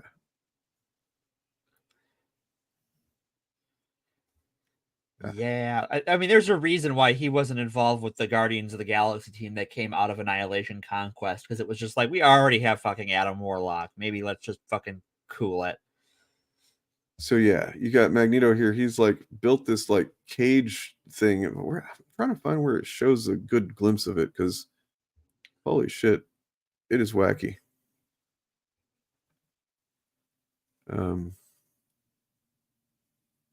Well, there's the Fisher King, the man with no name. Yeah, but I mean, his name's kind of the Fisher King, right? Right, but like that's his whole thing, is that like he had his name stolen and his destiny, so that like the demons that ran the world Araco was on couldn't like keep an eye on him, couldn't control him. He's the only normal human on Araco.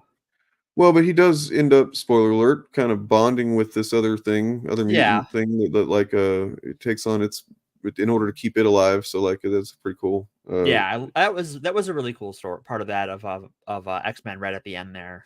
I knew something was going to happen with him. They weren't just going to like, oh, now he's dead. Right. But yeah, as you see, Magneto is still going fucking boss mode and getting gassed by a storm. And I reiterate, he literally has no human heart anymore. It's just some metal shit that he cobbled together to kind of just work. And he's not only fighting, super powerful god creature things, but he's also, I guess, subconsciously beating his own, pumping his own blood through his body. Right. When you're Magneto, just Magneto things. Well, I mean, he did used to hold up Asteroid M, Asteroid M, like while he was sleeping and shit. So Yeah.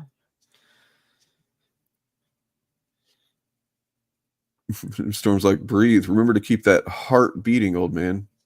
Do we have time to for a quick trip to the healing gardens? And he's like, yeah. Yeah, and the Iraqi don't have a concept of teamwork. Right. Yeah. Storm's outfit in X-Men Red is fucking just it's perfect. Boss. And then, you know, fucking Sunspot looking hot right here, man. Like, what is this? Just sexy looking guy there. Yeah. Good job.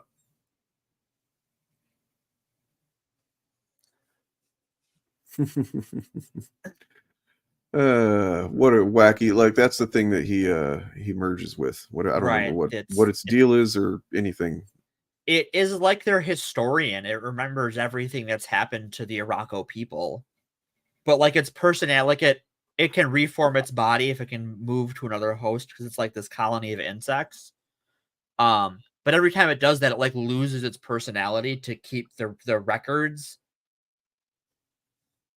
And actually, I think in Sins of Sinister, it's merged with Cable. So instead of the cyborg parts, he has the insect parts. Yeah. So I mean, I thought about this kind of stuff a lot more earlier on. In I think Rise of the Powers of 10 is we're in some weird timeline shenanigans with that. Yeah, it's you know, obviously, like if we're considering that the reality, the universe to be changed fundamentally with a timeline reset, which I don't think that does. Not in the same way. So like if you've read, and if you haven't, you fucking should. Al Ewing's Defenders run. It's two graphic novel or two trades of it, and it's fucking phenomenal. The art is amazing. It's beautiful. It's crazy. It's completely, there's like, they basically go through every previous iteration of the Marvel universe. So the not the first one, I don't think, but the second, third, fourth, fifth, sixth, because I think we're on the 8th now. But yeah, they go through everyone. You then, and also Galactus's mother is a main character. Neat. That's cool. Yeah, and I just read the second one for the finally. I read the first one a couple of years ago, but then finally was like, wait, there's a second book. Galactus is not a person I would make your mama jokes about. She is fucking fun, man. She's like a shit talking adventurer. Like she's also a scientist, and the way she speaks is just like I don't know. Al Ewing came up with a really fun way for her to speak. I dig it. But yeah, so if you think about like that being what a iteration of the universe is, then I don't think that a timeline reset changes that necessarily. It's like literally the universe has to be obliterated and created anew, more or less, in order for it to be an actual new thing. Yeah, like it's weird because there's a different designation for different timelines of the same universe versus being a parallel universe. Yeah. But then sometimes like doing something to an alternate timeline folds it back into the main one, and sometimes it causes it to branch off. Sometimes both happen. So it's, pulp sci-fi logic applies as required. Yeah, it's the first time we met his mom, but like, I mean, everybody's got a mom, and at one point he was just a gallon of tar. Yep. He was just some scientist from the previous universe. Just some fucking nerd. Who like he was with some other scientists, and he happened to figure out the way that to kind of protect himself from the obliteration of the previous universe, and he gestated with cosmic energies for I don't know millennia in the new universe as the universe formed, and eventually he emerged, and he was like, "I'm hungry, dude. I need some planets." Nom, nom. Yeah. Anyway, so couple of I'm just looking through the titles I have here real quick and seeing what stands out is like, yeah, we got to mention that. There's Legion of X. By the way, I know you hate fucking Onslaught, and I don't blame you. I mean, I'm not a big fan either, but he is a part of coming up on with Way of X. You're going to have to deal with some onslaught, but I promise you it's worth it. It's not overdone. It's just enough, and the way that it's dealt with is you're going to fucking love it. I promise you. So don't dread it. I'm going to hold you to that. Yep, please do. Okay. Okay, I got 2 words for you. Rasputin 5. Ooh. You know? Yeah. What a boss ass chick. She's so cool. She's so fucking cool. And I love that, like, you know, they introduced her early on, obviously in Powers of 10 and stuff. Yep. And it, like, they did put a little extra emphasis on her. I don't know if they were always planning on coming back to her and putting her in Sins of Sinister as being like a main part of it, or I don't think so, but I think like she just had a cool enough design and enough of a personality that like there were definitely people who wanted her to make her way back in. I mean, somebody's mentioned that a couple times before, maybe even Nightcrawler has talked about that kind of thing. I think that sort of gets fixed once they have the waiting room. Oh yeah, that's true. Like the backups aren't as important. Well, once there's which the waiting brings room. it to one of my favorite fucking little things, little asides of the whole thing, which is the Trial of Magneto. Yep. Which is really kind of a deceptive title. It's really more about the fucking redemption and unification of Wanda Maximoff's canon. Yeah. In a way, like the uncrazifying of her. The unstupiding of Wanda Maximoff. And she's like a legit whole character now, and hopefully nobody comes along and fucks that up. But I mean, it's comic books; it'll happen eventually. Sure. I mean, I'm a little bit disappointed that her and Quicksilver aren't mutants, but you know that they're also not biologically her Magneto's children, but they can still consider themselves as I have thoughts on that. It's not important. It's kind of falls under the same category of like I hadn't really thought about it much of one of the most egregious things of this whole thing. Okay, the fucking of Franklin Richards as a mutant. They had to unmute him because another mutant that ruins the whole thing, right? Because like if he were really a mutant still, like. Well, I mean, you say that based on what you know of has happened so far, but you have not read what we're talking about, where she's not just some crazy person anymore. She's got a handle on her shit. She's gotten some therapy. She's made some repairs. I'll put it to you this way: it starts off the Trials of Magneto starts off with you see Exodus is telling stories to the kids by the campfire, and he's talking about, what does he call her, the witch of, or whatever, like basically she's the boogeyman of mutants. But at the end, she has been redeemed, and she is the hero of mutants. Same guy telling story, like the Pretender. That was what it was, the Pretender. And now she's like she redeems herself big time, because she makes it so that even if a mutant hasn't been backed up by Cerebro, they can reach him back. She creates the waiting room, basically mutant afterlife. Yeah, this needs to be said about this whole era. Sorry, go ahead. Yeah, I remember the Redeemer at the end. I didn't remember what they called her at the beginning. Right. Redeemer. I am not reading her current series, no. If we toast off and awaken to the fucking of Franklin Richards here. Sorry. It's not a nightmare. This has really happened.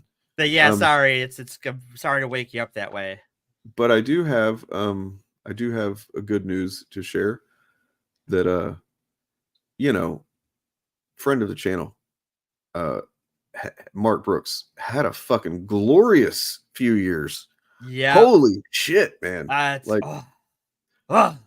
This guy, he has to be like feeling like a king at this point, because like he got to do some of the most iconic shit, like just iconic X-Men covers. What's funny is that's not even actually Apocalypse. It's not? No. Oh yeah, you're right.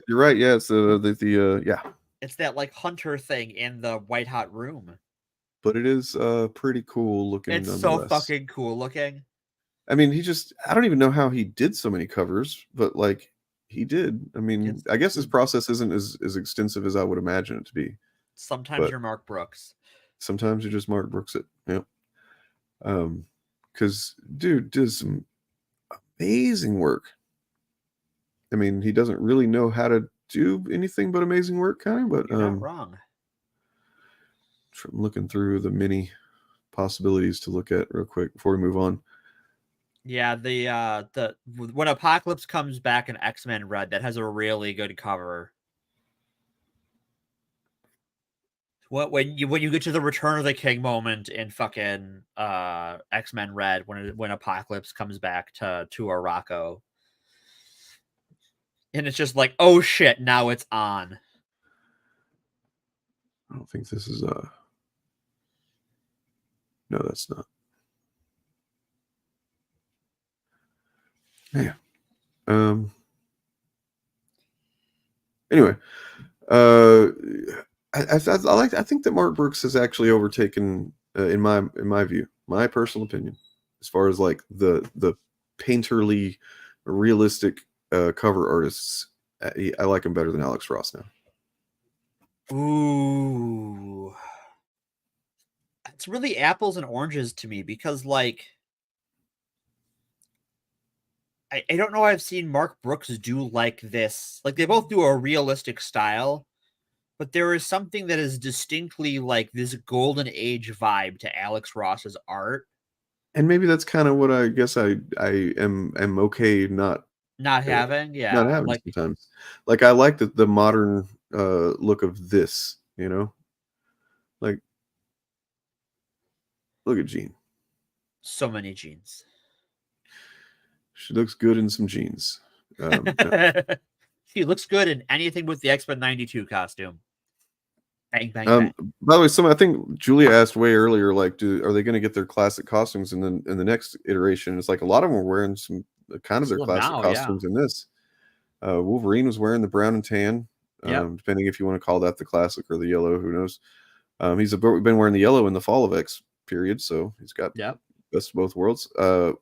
Jean went through a couple of, early on she was wearing the not the original, but the original Marvel Girl, the unique version of the non-standard Marvel Girl costume, the green mini dress.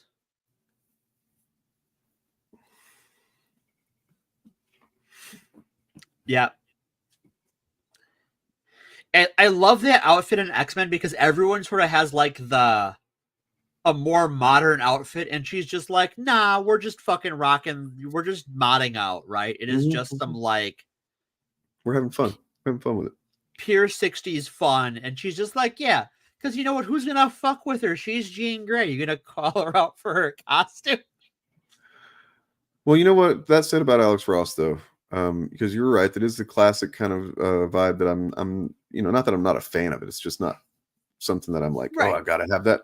But if you've been checked out any of his covers for Avengers Twilight, he's kind of doesn't have that. It's more of a futuristic vibe, obviously. Yeah.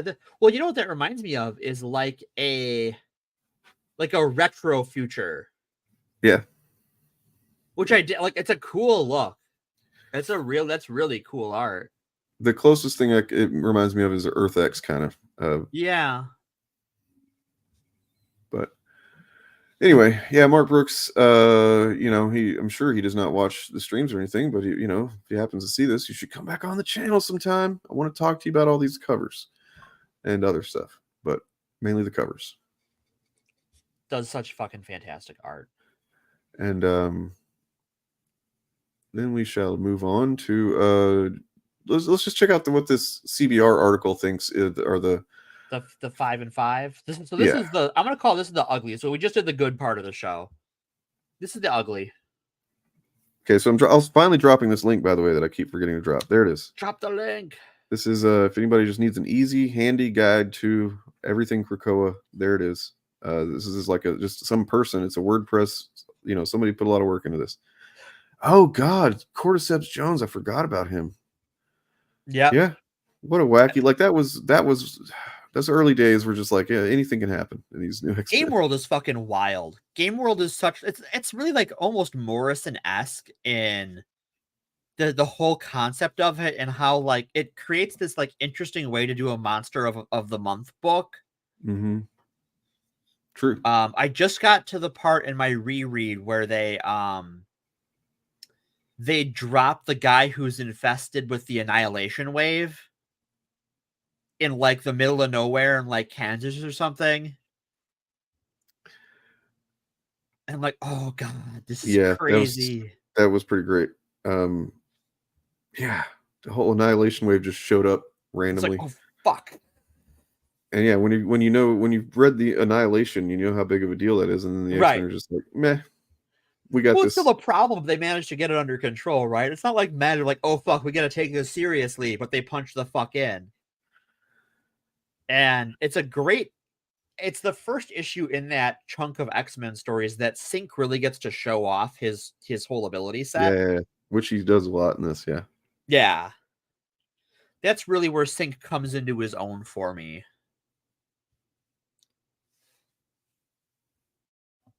Recently, just been kind of in jail. Yeah, right, Cyclops has kind of been in a bad way. So, okay, so this is 5 changes that worked and 5 that didn't, as far as CDR is concerned, for the Krakoa era. The number 1 change that hasn't worked. Can we put it up on screen? I'm sorry, I went all the way down to the bottom of the article accidentally. So we're going to start back up here. So the best change, giving mutants power in the world, change things forever. Well, I don't know about that. Forever might be. Forever is a long time in comics. So yeah, House of X opens with the nation of Krakoa already established and then fills in the background using beneficial drugs grown on Krakoa. Xavier is able to fund a new country on the island and negotiates a seat at the table of world power through economic machinations. This made mutants and their continued existence important to the world. Yep. So this was a massive change. That was as probably, other than, I mean, the resurrection thing is one thing, but this was the thing that, you know, and also kind of relates to real world shit in a way. It was like, if you can build yourself some economic power, right? Well, you can build yourself some security.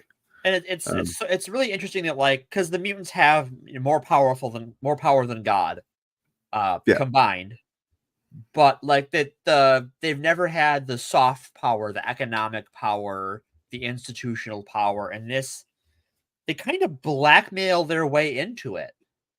Yeah, there's definitely some shady shit happening, but I mean, like, I saw people early on when it was first coming out and these things were being revealed, and I saw discussions of like people going, "Are the X-Men evil now? They're doing some shady stuff. They're like using their powers to like influence." Like, dude, do you think that they're the first? Like, they're just mutants doing it. This is what people have done in know economic realms like forever, like being shady, like, manipulative assholes to get their way.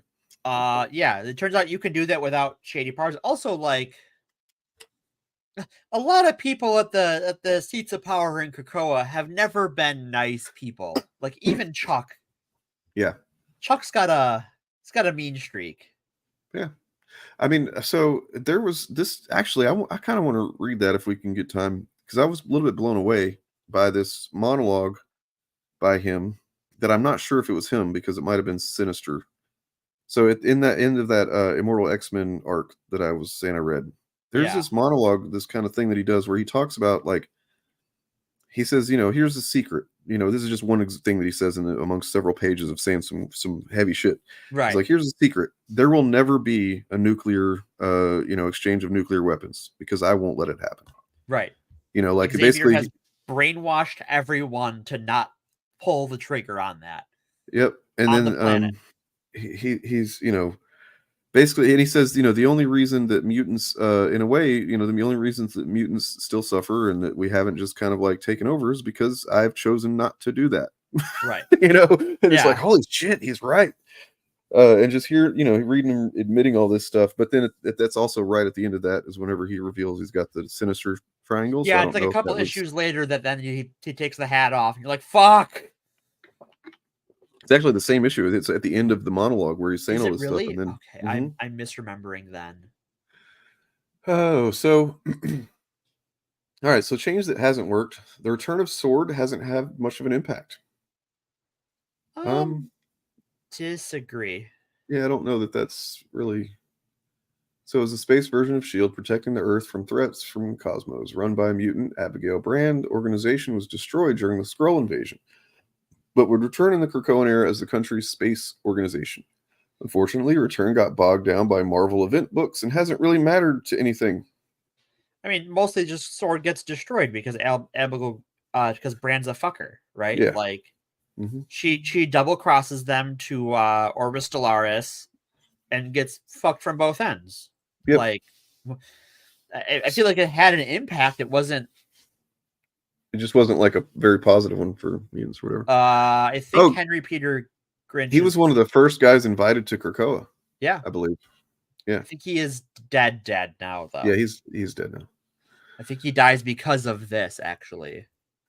Because yep, that's right. He was the attaché kind of thing from the best change. Orcus Initiative is the best anti-mutant organization ever. True. Yeah, hands down. True. True story, bro. It's an anti-mutant multinational organization made up of members of S.H.I.E.L.D., former members. Come on. AIM, Hydra, and just about every other secret organization. It was put into place to counter any mutant movements on the world stage. Once Krakoa was established as its own country, they sprang into action.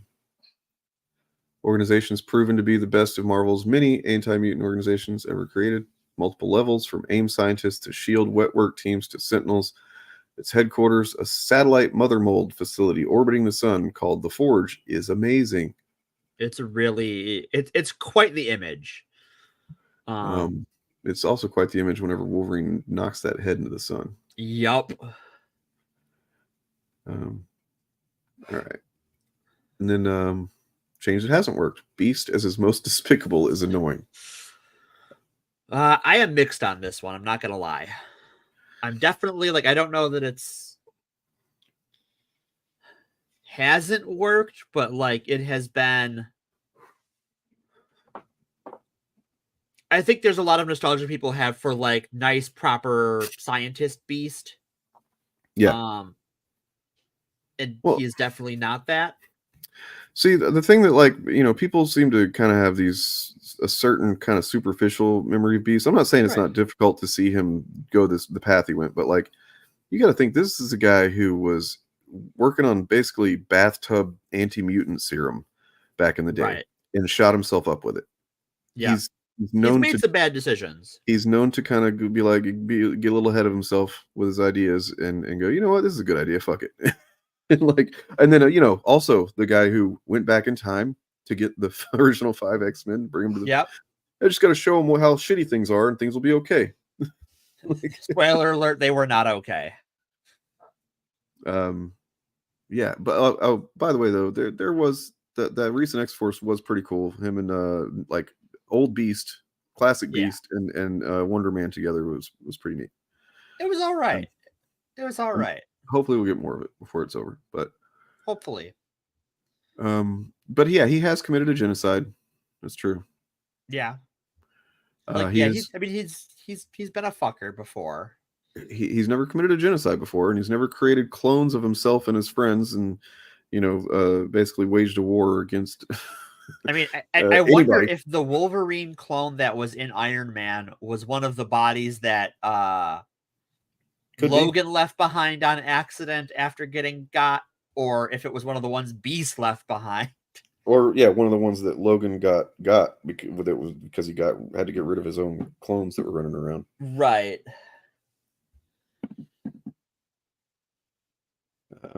He says fascinating and oh dear a lot in Krakoa. Yeah, so I'm mixed on this one. I'll give it a mix.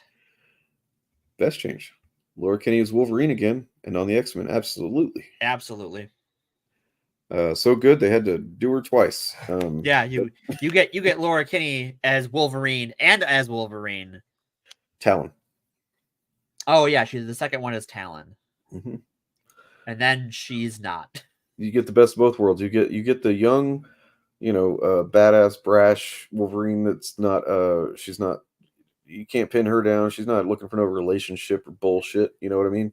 But then you get an older one who's lived a couple 100 years and fallen in love and wiser. She's a little more chill. And That story ends on happy ways.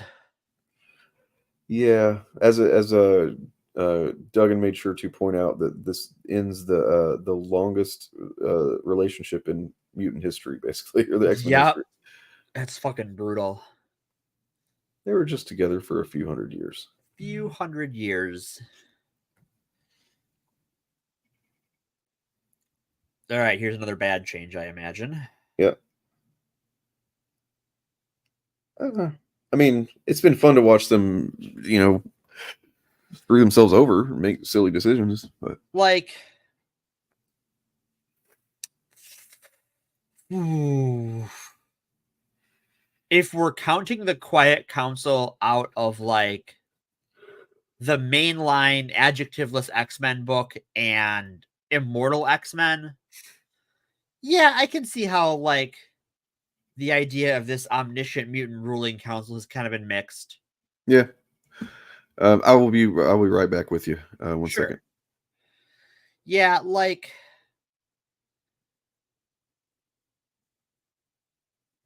I like the idea of like the Quiet Council having the seasonal thing, like the seasonal theme. The seats are tailored to a specific person you want in your government. And there's not really anyone who's in charge other than Duggan and Krakoa itself, who can kind of veto whatever. Except when they can't, it's a little inconsistent.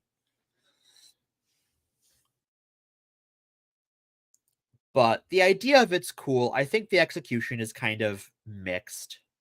I like it more than I don't, but like it's one of those things when it's good, it's great. When it's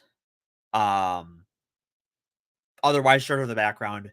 It is a cool, Greg bringing up the Urako Great Ring is a cool counterpart to it. And how the similarities and differences between the two is really interesting. Because it also has divided roles, but it's not seasonal. It's light-based. It's based on like different things. And there's the Shadow Great Ring or whatever it's called, that the Fisher King is part of, and like they don't acknowledge its existence. It's kind of the thing that makes sure everything runs smoothly and the main Great Ring doesn't go out of fucking control.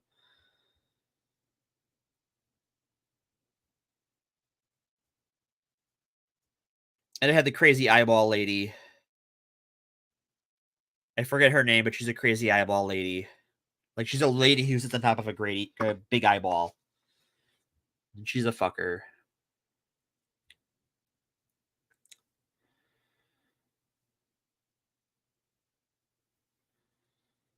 But yeah.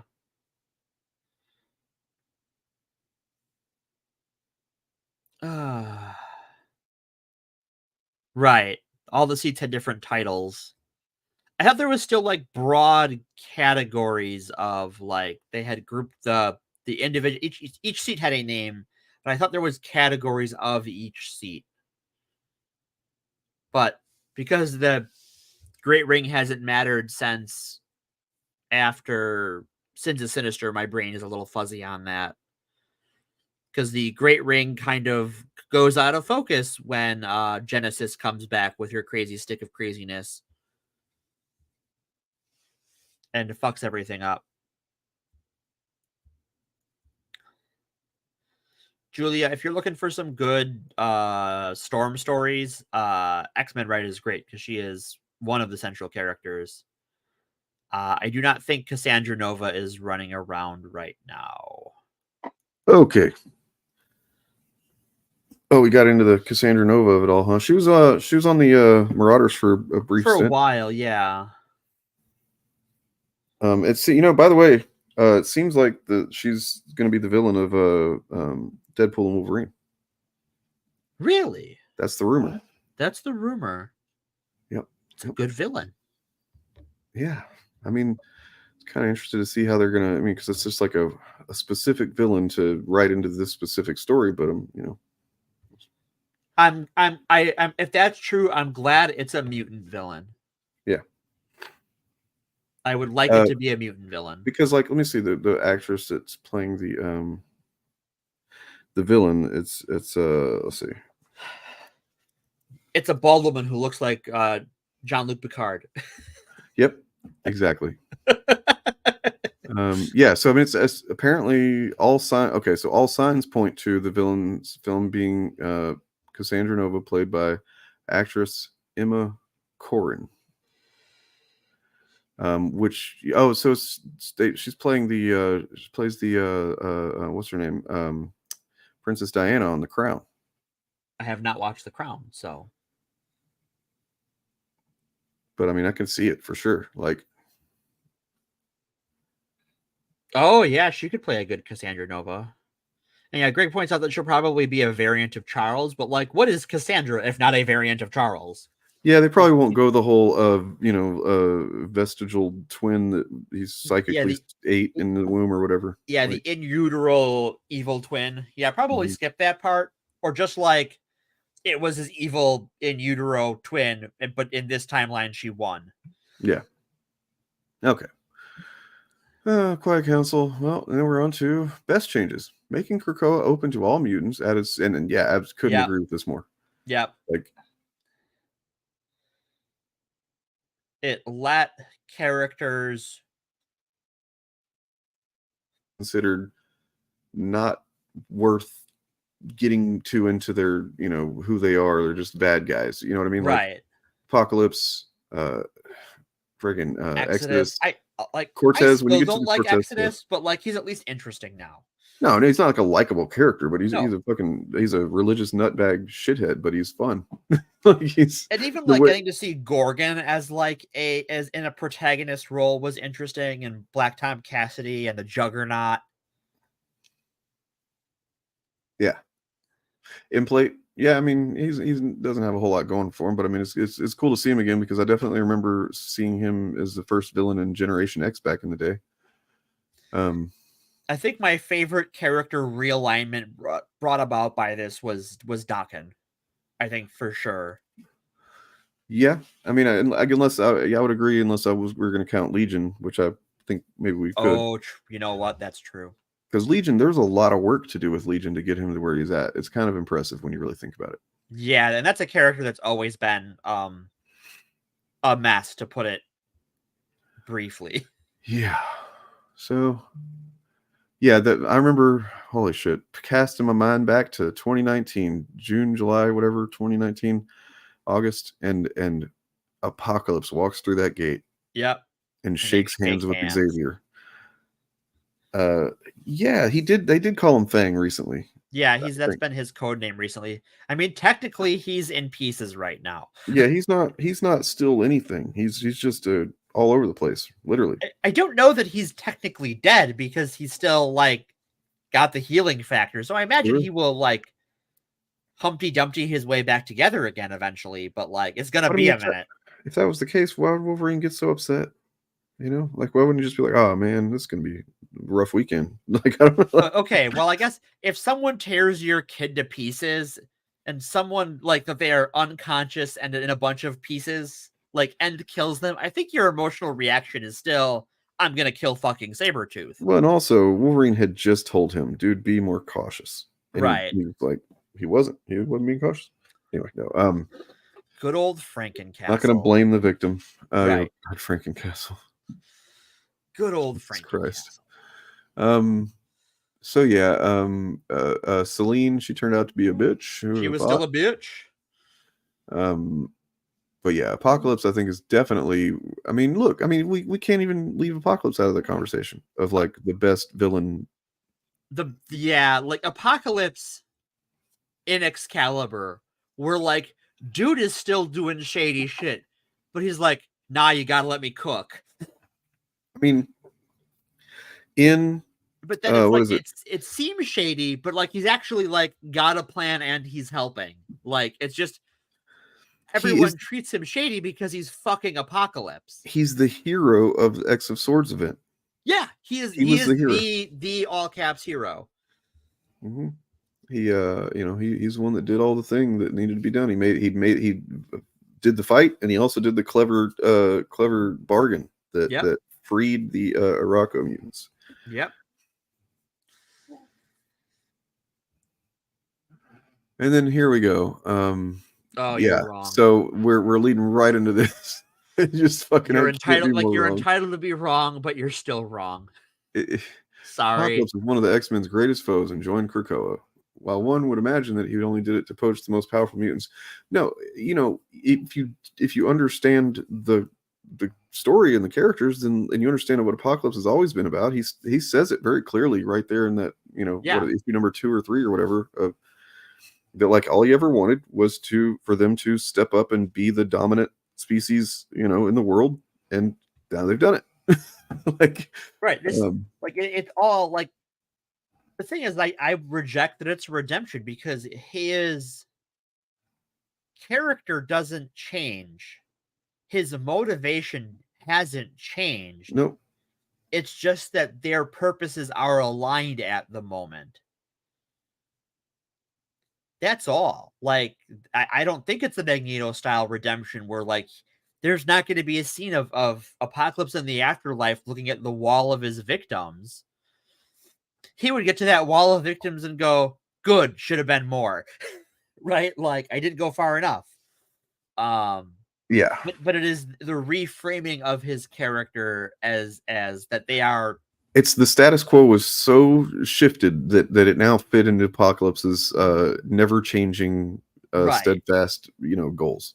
That the world changed and he went, well, now I'm in on, get me in on this. I think the other thing that that really reframed Apocalypse was learning that he's got a wife, he's got kids, and that while he is the badass of the family here on this dimension, he is not the badass there. The dimension that they've been in for centuries or whatever, they've been constantly nonstop fighting hordes of demons.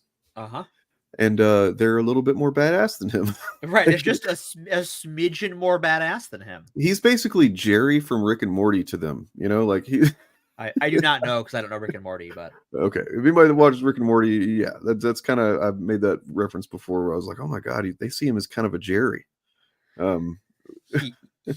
Like, it's just like, oh man, Apocalypse is so cool. And you meet these guys and they fuck him up and it's like, uh-oh. Oh no. Yeah. This is a really bad take here. He once instead decreed the island's populace fit, even though he had previously decreed many of the inhabitants as weak and become a leading. So it's not that he was judging each one of them he was judging each mutant that he came across, but only in the sense that like, oh look, they've come together now and they've done this thing, and that now as a fucking species they are fit to survive. Right. I think if you're going to give a change to it, it wasn't that like he's looking at everyone individually, looking for the strongest individual mutants. He went as a society, as a nation of people, this shit's strong. They tried to make him I don't think they tried to make him sympathetic like Magneto at all. No, he's not sympathetic. That's not really what they did at all. He's a fucking gangster. He doesn't play. He's not sympathetic at all. Yeah. So like, then I guess only when he kind of gets like sees that, with Genesis and the mask controlling her, like there is some like, wow, like I sent my family to get fucked up this way in X of Swords, but I think comparing him to Magneto is not accurate. Yeah. Best changes: making Mortimer Taggart a mutant was the best. It was definitely a necessary one. It was the catalyst for sure. It's the catalyst, right? I hesitate to call it the best change. I actually did, like, of the best changes, I kind of disagree with this because it is. They could have used any recurring human character to fill that role in some ways. Like, it didn't have to be Moira. I like that it's Moira. I've liked her character in this. But I think that she's sort of the character that it hinges on. She's kind of a plot device. She definitely, and they definitely, and that was one thing that I've seen a lot of people that love the Krakoa era, love it. I feel like they really dropped the ball with Moira. Right. That is the one thing that, like, after she becomes a human again, she's just a cartoon villain, basically. She just kind of becomes a villain, yeah. She's two-dimensional and shit. Yeah. But you know, when you look at the lives that she lived, it does kind of make some sense if you really think about it. When you think about how the previous lives that her resurrections and stuff, she's not an idealist. She's not someone that gave a shit about mutants from the start or anything. She just she's kind of always been kind of a pragmatist. She's just like, what's gonna work to like make things not suck for people and for me. So maybe killing the mutants is it? No. Maybe curing the mutants is it? No. You know, like she's just kind of throwing shit at the wall. And so in that way, she's not like a good person in the way that you might think. But yeah. Yeah, I think she's used in a very cool story, but I think her character is whatever. No. Change that hasn't worked. This is the dumbest shit right here. Like, okay, so I don't know how you could be more wrong unless you were to say what they said about Apocalypse. I would say that is more wrong than this for sure. I think this is more wrong because this is. I mean, like maybe they're on. You know, who? How do we quantify? But they're pretty equal in my mind because this is so silly. What the Krakoan Resurrection did for Death is kind of unprecedented in comics because it gave us clear rules to where, because what feels cheap about Death in comic books is that a character can die and then just like some hand wave of some bullshit can bring him back. You know what I mean? And this at least gives us a very clear defined system that has to be in order for this character to come back. It tells us exactly what the effect of this is to each one of them. It's there's like a standard to it. And that's what I fucking love about it. And then like right now with the Fall of X, they can't resurrect anybody because, everybody's all scattered all over the place. Right. And there's a couple of them the 5 that can be taken out that they can still do it, but not Hope. Right. They can't fucking replace Hope, which, by the way, also they tried to do it. It didn't go so well. even though they kind of largely Hickman seem to not have much respect for that era of X-Men, and who does? But at least they made Hope still fucking important. Yeah, that she finally became the mutant messiah. After like 10 years of Hope's going to be the mutant messiah. Before too. She was before too. Because I was just reading that recently. I read I'm actually reading Generation Hope right now, which I never read. Oh, okay. So at the end of Messiah War, where that's where Nightcrawler bites it, and from Bastion and stuff like that. I'm sorry, Second Coming, I think it is. Yeah, Second Coming. That's at the very end of it. They're all like, what's she gonna do? I don't know. And then suddenly there's 5 new lights on Cerebro. 5 new mutants, yeah. And then this Generation Hope is about her going around and, essentially all of these new mutants, their powers are way out of control. Right. And she has to essentially touch them and then they become part of her team. And she, and one of them I think is Transonic. I think she's still around. I've seen her, but like the other ones, I'm not sure what happened. I'm not sure what they've done with them since. So I think that when you're talking about something like Mutant Resurrection, so I think you're spot on with it gives resurrection rules. And whenever you're talking about a pulp sci-fi story wherein they give things rules, right? Especially like as a plot point, like this is how this thing works. Eventually the rules will be broken in the story, right? Or there will be complications, like with Wrong Slide, like with Sinister. Yeah. There was definitely so in Otherworld, if you die over there because it's I guess another dimension that's kind of disconnected, right? They can bring you back, but it's gonna be kind of wrong. You're not gonna it's not gonna work well. So even though there is resurrection, they find ways. A good writer, as they've done, can find ways for okay, so for X of Swords, we don't want people to think that this doesn't matter. So let's write this kind of aside, this asterisk to the rules when it comes to dying in Otherworld. Right. If you die in another dimension, yep, you're dead. And then the whole premise of X Factor is because the mutants that are resurrected are kind of copies, right? You have a data set from Cerebro. you have a body made by the Five, and then they transfer that data set into the new body. No clones can be brought back. So, like, you can only have one Cable. Yep. Yep. I mean, But well, they also, did like, bring they have clothes to back, make sure you're dead. but they brought back Madeline Pryor, and Jean Grey was the one that championed that idea. Right. Which was pretty cool. I like that. It was. I like that a lot. It was a nice beat. Now, let me tell you what the absolute number one just fucking travesty of the Krakoan era is, though. What's that? You take the coolest fucking character name that there ever has been or ever will be, and you name him Egg. He was Gold Balls, people. He was fucking Gold Balls. They fucking took Gold Balls from us. They took Gold Balls from us. Now he's just Egg. Yeah, it's fine. It's like whatever. That's actually a really clever way to kind of make his powers matter. Right. Finally, they do something.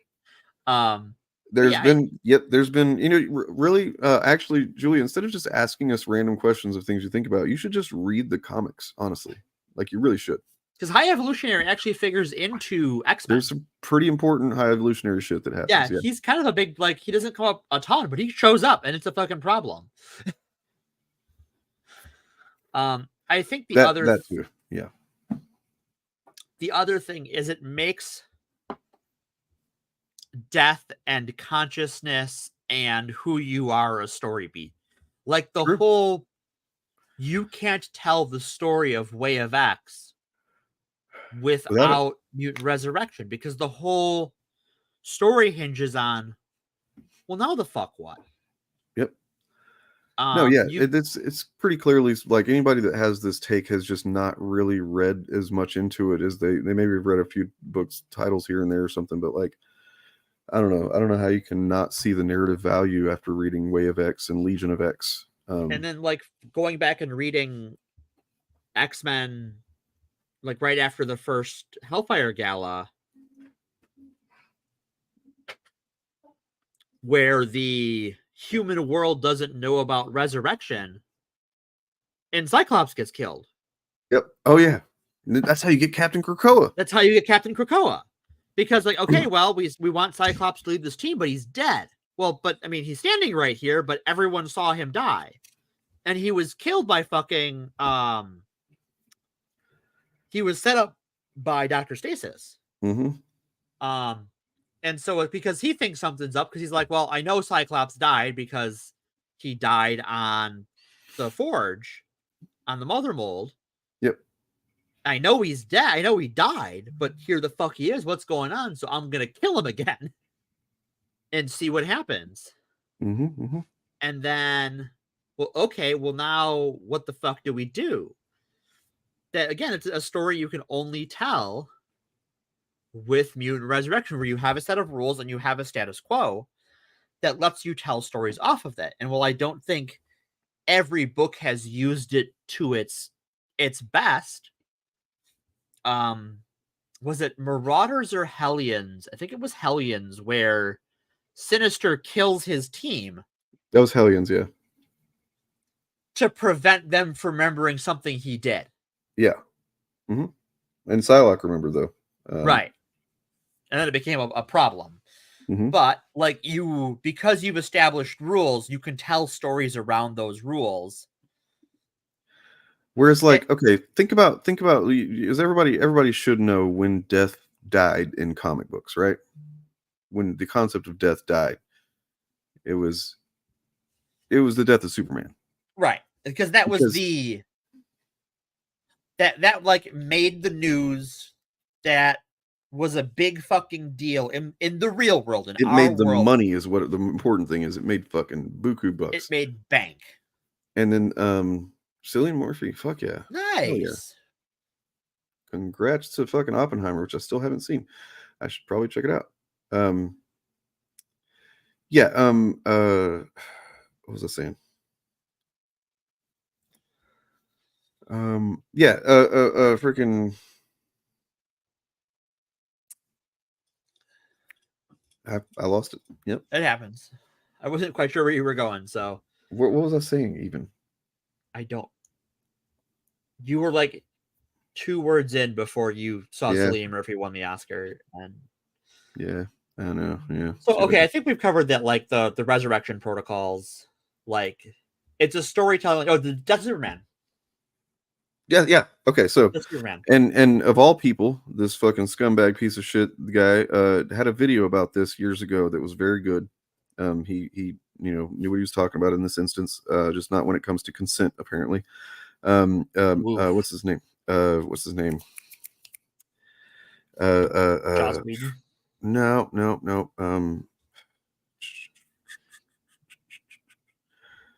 Son of the director guy.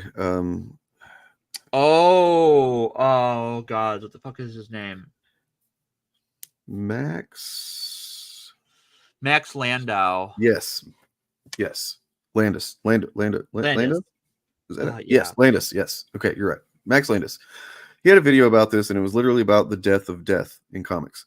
And he talked about the death of Superman, and like, I don't remember exactly what he said on this, but my take on it is that the way that Superman came back is just like random. There's not really set up.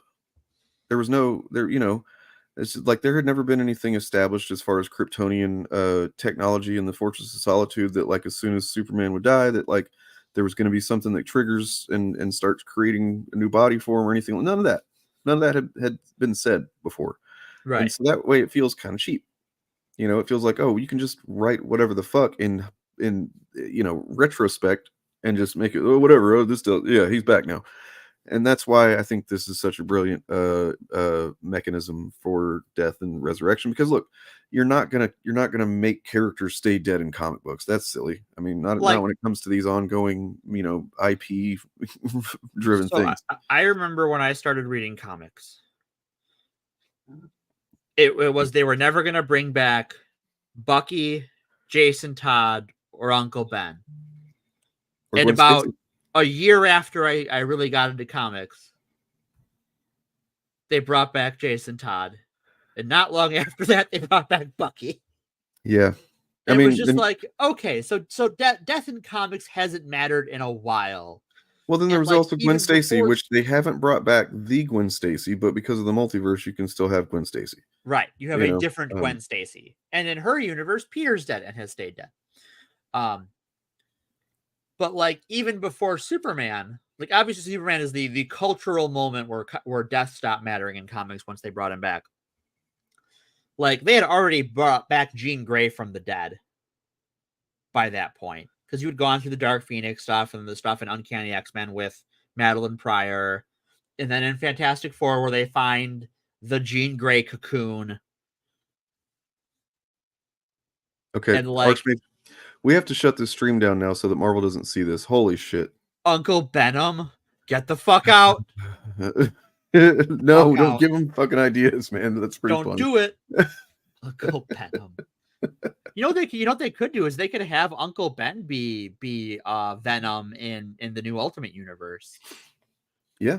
Well, okay, so look, there was an Uncle Ben in Spider-Verse, Spider-Geddon, which was a pretty cool thing because he was from a different, universe, and he's there, and he's like, Peter gets to have his moment with him and stuff, and they have their conversation. That's cool. There's value to that. It's a good thing they didn't be like, oh, now he's going to come back to the 616 and right.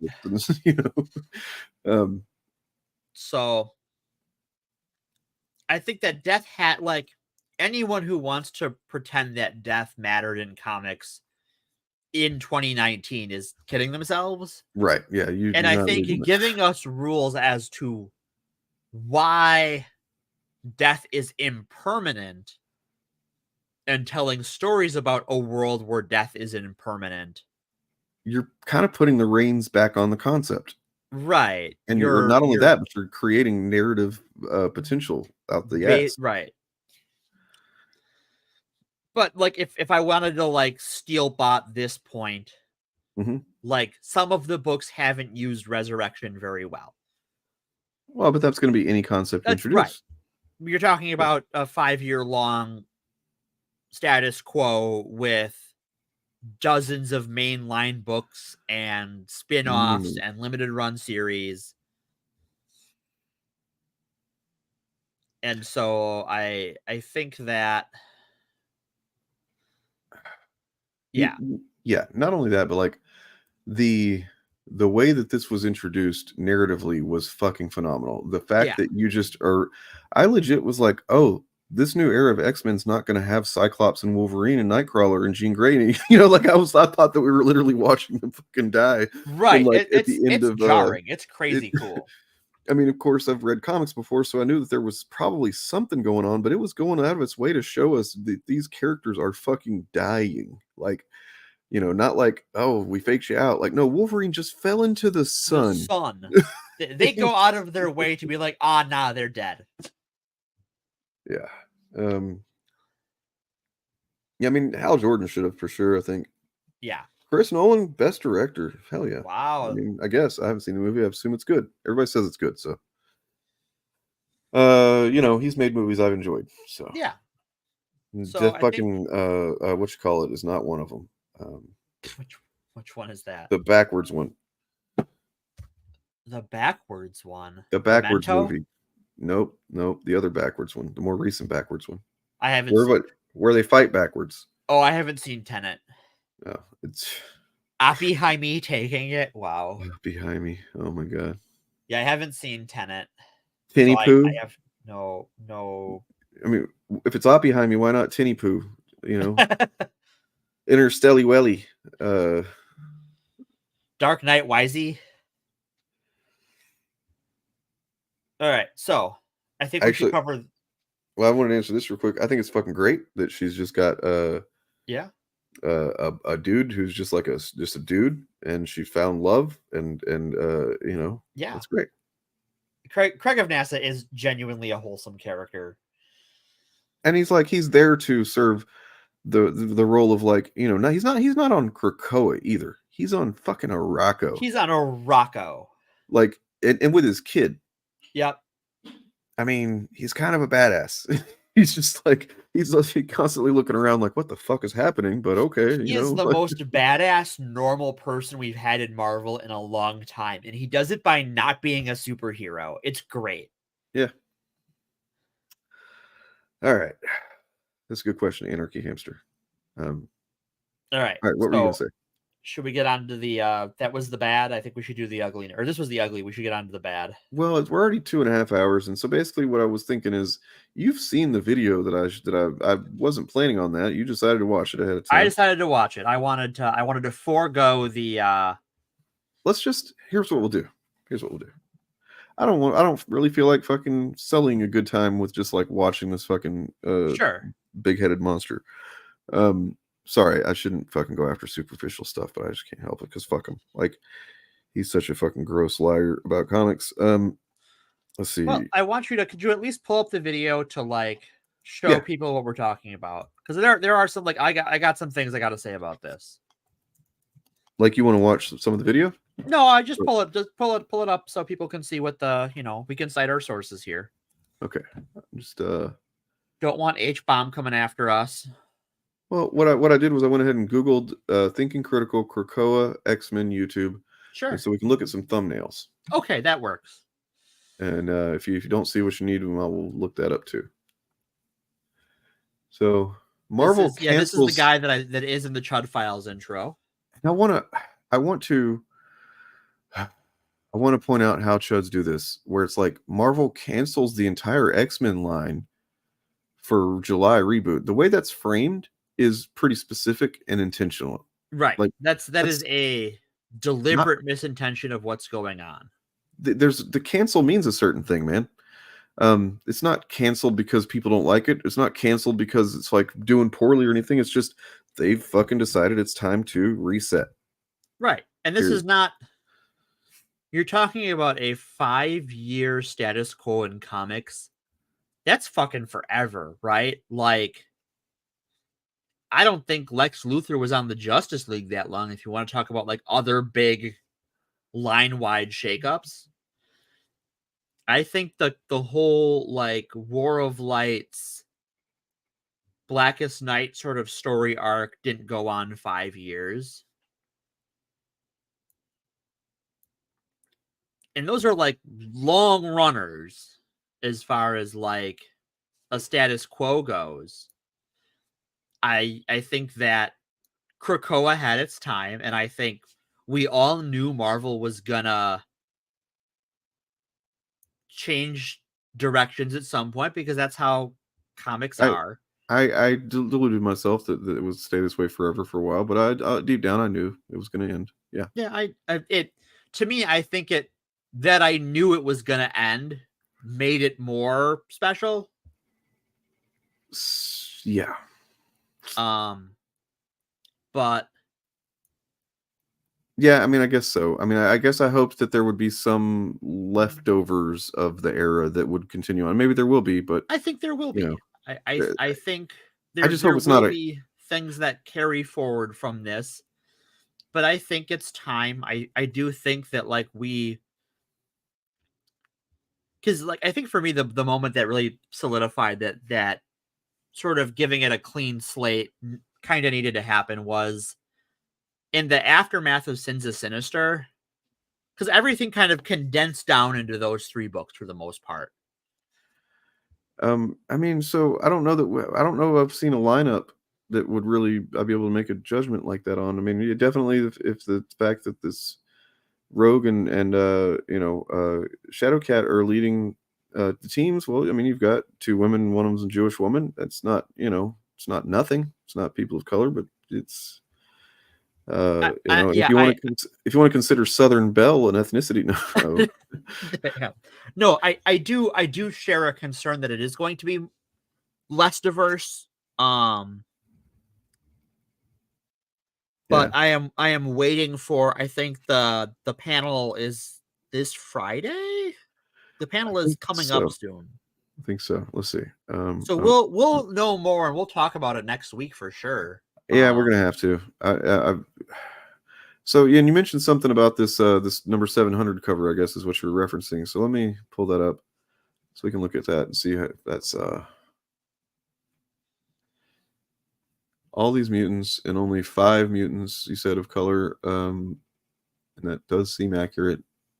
I mean, of course, like what is Pog or Pog count as?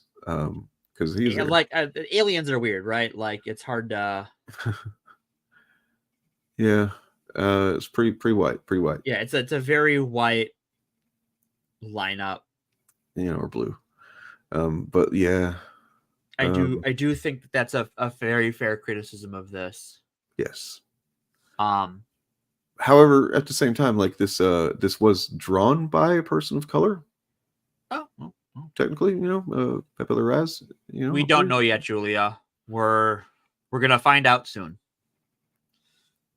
But I think going back to the critical failure. These things don't always they're not like set in stone. They don't last forever necessarily either. You never know. Like it's I would just say give them a couple of issues.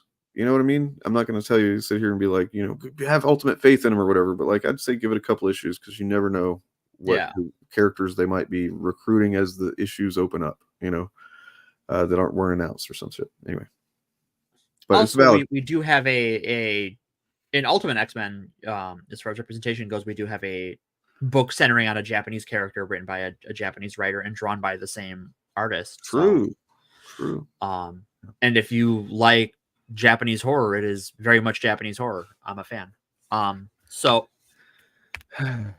But to get back sadly on track to our shit birds. He made some good points and yeah, I think Anarchy strong entry into chat. I don't think I've seen you before. So yeah, but I think you've got your concerns are very valid and I share them. But this motherfucker. So okay. Here's what I want. You got to ask yourself, I do anyway, I can't help it. Like, why would someone be so dedicated to making sure everybody thinks that an entire era of X-Men comics is terrible? Like, I have a theory. Yeah? Based on the video I watched. So the video Dane sent me. This one, I think. Yes. So very hyperbolic title. Very clickbaity. He says, the Krakoa Era of X-Men is without a doubt the worst era in X-Men history. Wes and Doc talk countdown. The top 5 reasons Marvel Comics Krakoa Era is a complete failure and needs to be abandoned. These language that's used is very specific, and I can't help but raise an eyebrow at it. So here's the first thing I noticed when Dane sent it to me. I started watching it before I realized when this video is recorded. So it happened in October 2022. So about a year and a half ago. Imagine, okay, so like you hear about this great trilogy of science fiction movies that have like a samurai vibe and a Western vibe, and you sit down to watch them,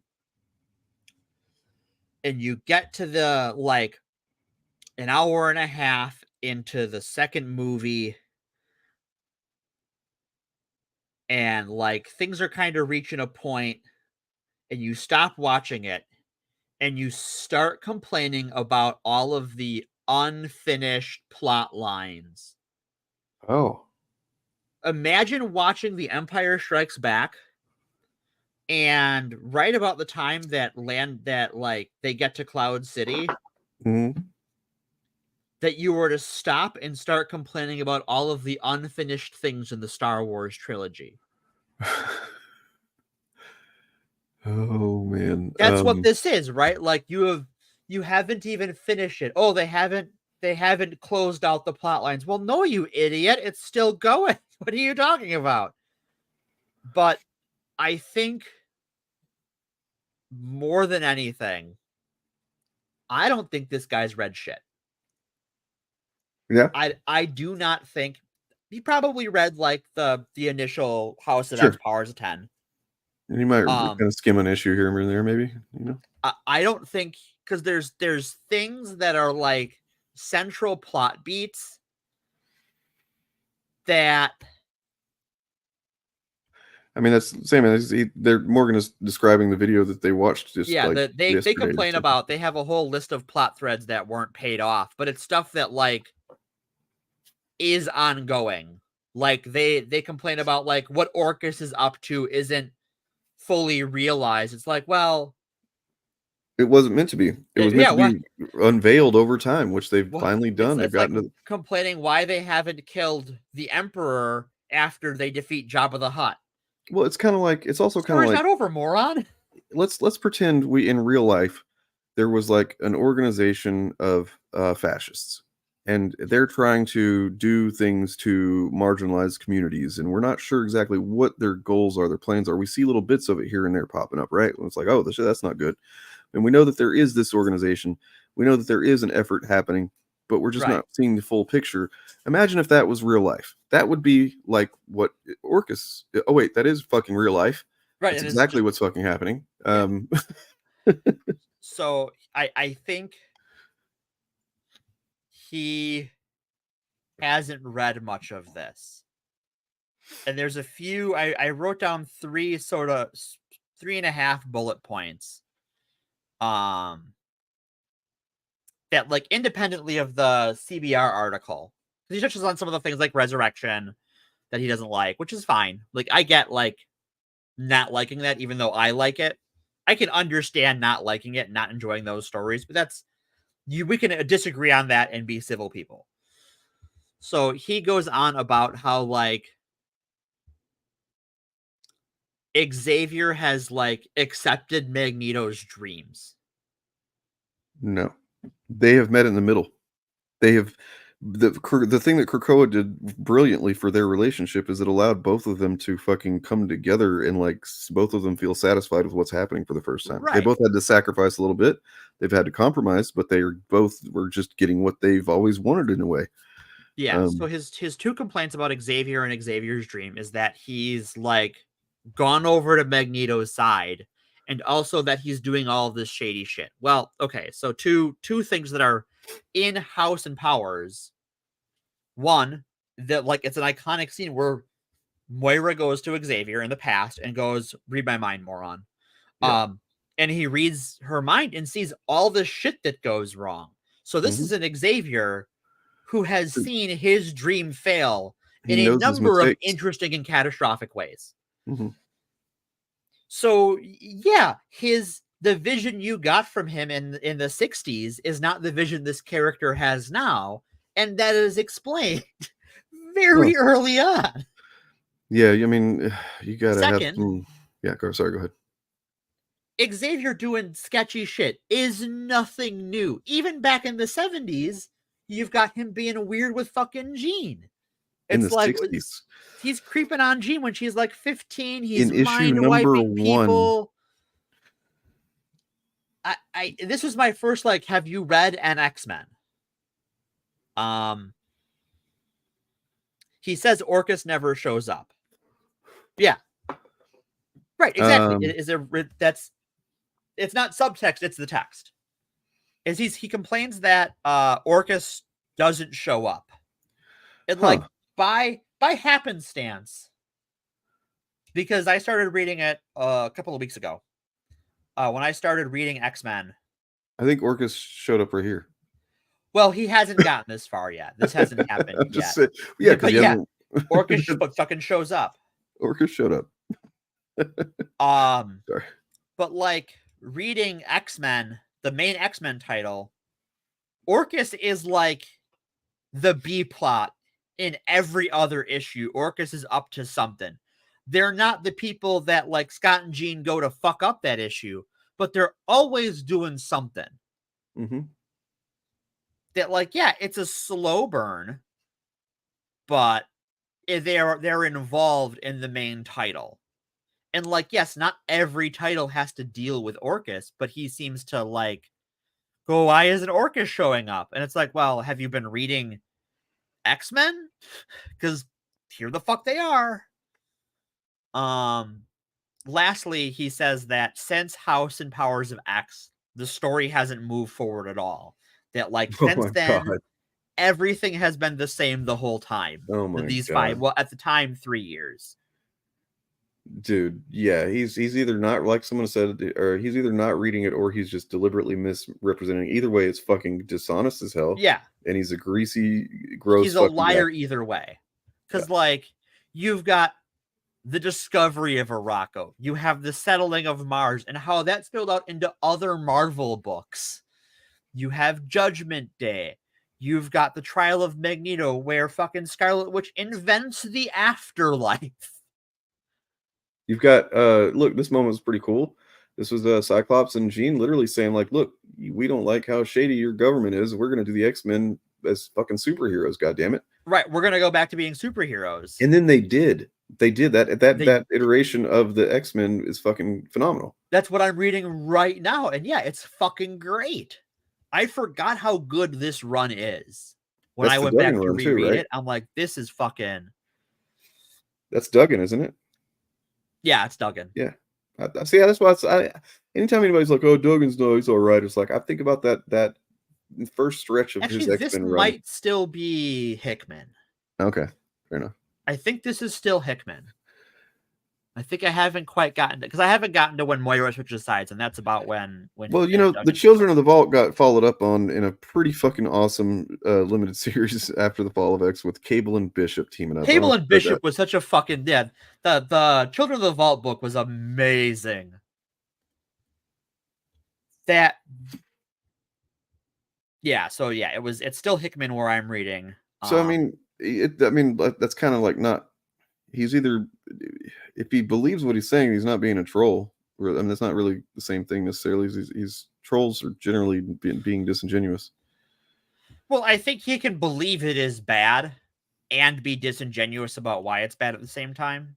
Well, I mean, I think right on screen right now, we might have, this is just a strongly suspected vibe. I'll say that. You know, I got nothing substantial but to prove anything, but like, I think this kind of indicates a little bit of maybe why he doesn't like certain things. Yeah. Also, because Emma being iconic. But those are fucking hate monger fascists. Right. On a leash. And he's not the only one. I saw several dudes from, certain corners of the internet getting upset about this image. Like, and I'm not sure. Upsetty over this. Are they upset over this, the fact that the right wingers are on leashes, or is it because she's literally fucking femdoming these dudes? Well, and like, if you have read a comic book with Emma Frost in the last, I mean, the character's got to be almost 40 years old at this point. Yeah. This is right. Exactly this is Emma Frost. This is the character who in Joss Whedon's run turned Wolverine into a fucking little girl in his mind, and who's like cutting little fucking paper dolls out and stuff. Yep. And literally spent like I was surprised when I reread that not long ago. I thought it was just like a moment, like a joke page or some panel. He stayed like that for like at least an issue. Yeah, yeah, I think so. He was just like running around scared and shit. But I think he gives up the ghost in what his, and this is why I wanted to bring this up. This is why I had to get this off my chest. And the one thing I did wrong writing my notes for this is he lists the writers he doesn't like, and I looked them up and I didn't write them down. But basically he goes on the list of writers that ruined X-Men, and it's all the queer ones. Yeah. It's all the LGBT writers. That's his problem. Then there's this thumbnail that's just like why this is the worst X-Men era, and then look at these black people. That's his face he's got. Right. Okay, dude. It's just kind of, it's not a definitive of anything. It's just kind of odd in context of everything else is all. So yeah, I just, this guy's a liar. Either lying through omission that he's leaving things out of these books that he has read, or he hasn't read them and is just fucking reading someone else's review and grabbing screen grabs and going, see how bad it is? Because he's not interested in the stories. He's interested in getting that bag. He wants the money. Mm-hmm. Well, and let's look at this the video that I used a clip from in that that Chud detective thing. It might have been hard to kind of pay attention to him because of the context it's in, but I actually want you guys to listen to that, what he was actually saying there from the actual video, because it's not X-Men, but it is very telling about how he frames things. Let me just find it real quick. Yeah, he's just wow, you're right. He's just a classic rage baiter. Yep. And I wish his audience was realized they're being fucking bilked. Well, they're not buying or reading the comics, so they're just trusting him. I'm guarantee that's what it is. They he's buying it. Why do they need to read him? He's buying it. He's going to tell them how bad it is. Right. And just lo and behold, by the way, he's been saying it's got to end. This era's got to end. They need to abandon it. And guess what though? For 2 years, right? Like, but now we're about to probably have Gail Simone as the head of X. And guess what? He's not going to continue fucking saying. Except that just in new context now. It's amazing that we're about to have a new worst era of X-Men so soon. And by the way, I guys, how the fuck can anything except the, hey, the fucking, the Inhumans, they're cool too, right? They're cool. Yeah, you like those guys? They're just as good as the mutants, right? That era exists, and that's a really bad era of X-Men. I think the post Decimation era, the post House of M, initially it was pretty good, but it got real long in the tooth and dragged on. Yeah. And the stories just kind of circled the drain for a couple of years. Yeah. There's been some very aggressively mediocre. I think X-Men right after Uncanny X-Force was in a really weird spot. Yeah, they've had some stinkers.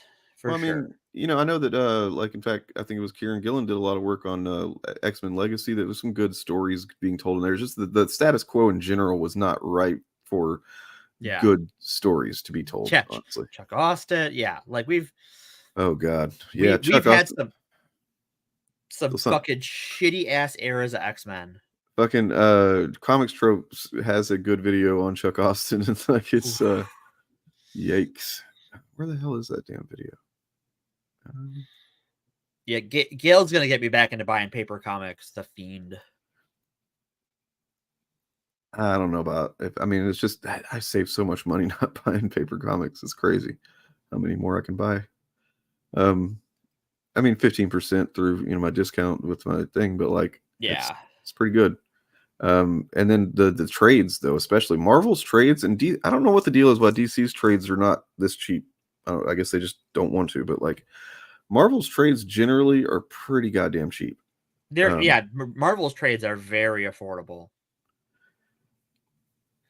That's actually how I read the Matt Fraction Hawkeye. Is I didn't read it till it was in trade, and everyone was like, "Oh, you got to read this. You got to get it." I'm like, I got to wait for trade.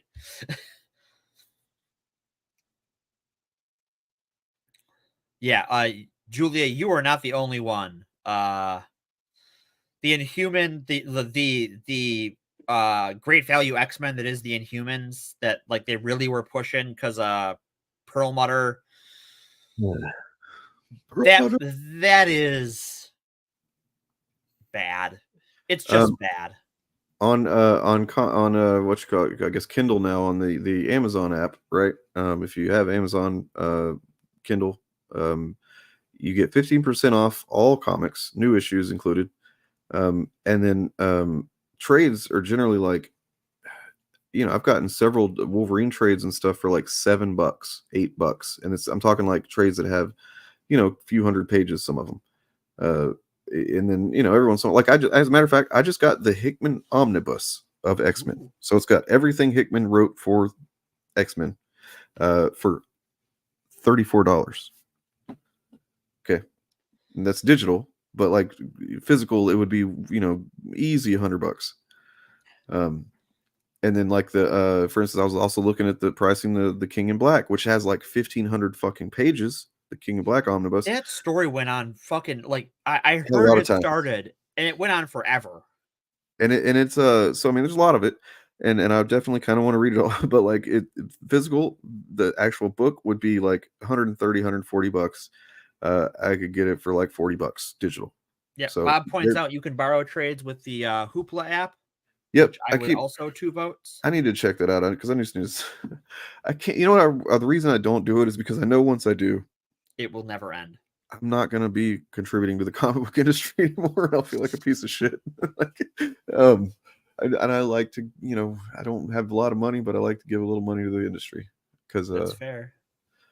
Yeah. Hold on. Where the hell is this shit? Sorry, I gotta have to find the video on YouTube because I thought I had it. I do have it downloaded somewhere. I just don't know where it is. Oops. Well, yeah. So I have said my piece on critical failure. Okay.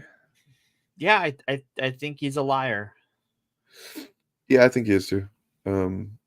Like I know we've talked about what Comics by Perch. I don't think he's a liar. And I also think he's wrong on some things. I think him and I disagree on some things, but I don't think he's a bad dude. I think this guy's a bad dude. I do too, and I also think his channel name is fucking stupid. Yeah. Weird. It's a weird name for a comics channel too. Like it's like some edgy like 2010 atheist channel name, but like he's making comic book. I don't know. I don't fucking know. Yeah. Thinking critical. So I have noticed. It's grammatically incorrect. Yeah. It's I mean maybe there's some kind of like a thing that he's meaning to say by it being grammatically incorrect. I don't know what it is, but I have no idea. But I have noticed one thing on the right, especially around this. We're going to talk about more next week with the whole Gamergate 2.0 of the Gamergate remake that's going on right now. We're going to cover Gamergate, man. Yeah, we got to talk about Gamer. Yeah. Oh, that Sandman, that makes sense that he started out in GG. I've noticed this when interacting because I've been trying to like gather information on this whole new Gamergate 2. It's not a real. I would not seriously call it that if possible until it's absolutely necessary. Yeah, because they want it to be that, and I don't think they want it. I think the reason why I am calling that is to point out to people that the goal is to make a Gamergate 2, and it's astroturfed as fuck. Yeah, fair enough. It's the Chris Rufo Gamergate remake because they're incorporating a lot of the things that he's talked about the last couple of years into their rhetoric. But, so I wanted to, what I was listening to. Sorry, you go ahead, and I have something I wanted to say. But all right, I've noticed that a lot of the people pushing this that genuinely believe it. When I ask them for like what the evidence is. Oh, Mark, what astroturf means is that like you've heard of a grassroots effort. where like people come together to do a thing and push for change. It's a natural organic thing, right? Like where the Right. grassroots AstroTurf is whenever typically rich wingers inject money into a cause and pay Make people it right. Yeah. Pay people to seem like there's a real thing going on when there's not. Yep. I mean, I'm not saying that there's like definitely right-wing money going into this specific thing, but there probably is because there was with the original Gamergate. That's right. Well and known now. That's like clearly Steve Bannon has fucking acknowledged and admitted it. He's proud of it. Right. That Steve Bannon fucking weaponized Gamergate. Anyway. Yep. So with this one, with the remake, I've asked for like, well, what's your source? What's your information? And I get a lot of screenshots. And a lot of screenshots of like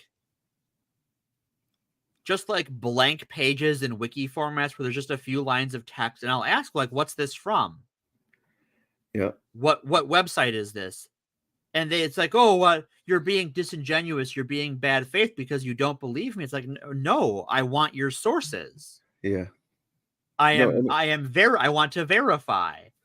And I genuinely think that these people, because they're convinced by that, for whatever reason, they are like, they see a screen grab of something that confirms their bias. And they take it kind of on faith. And I'm like, well, where is this from? Like someone sent me a 20-second clip of a video someone did of the from one of the people from what's it called, Sweet Baby Inc. 2-3 years ago.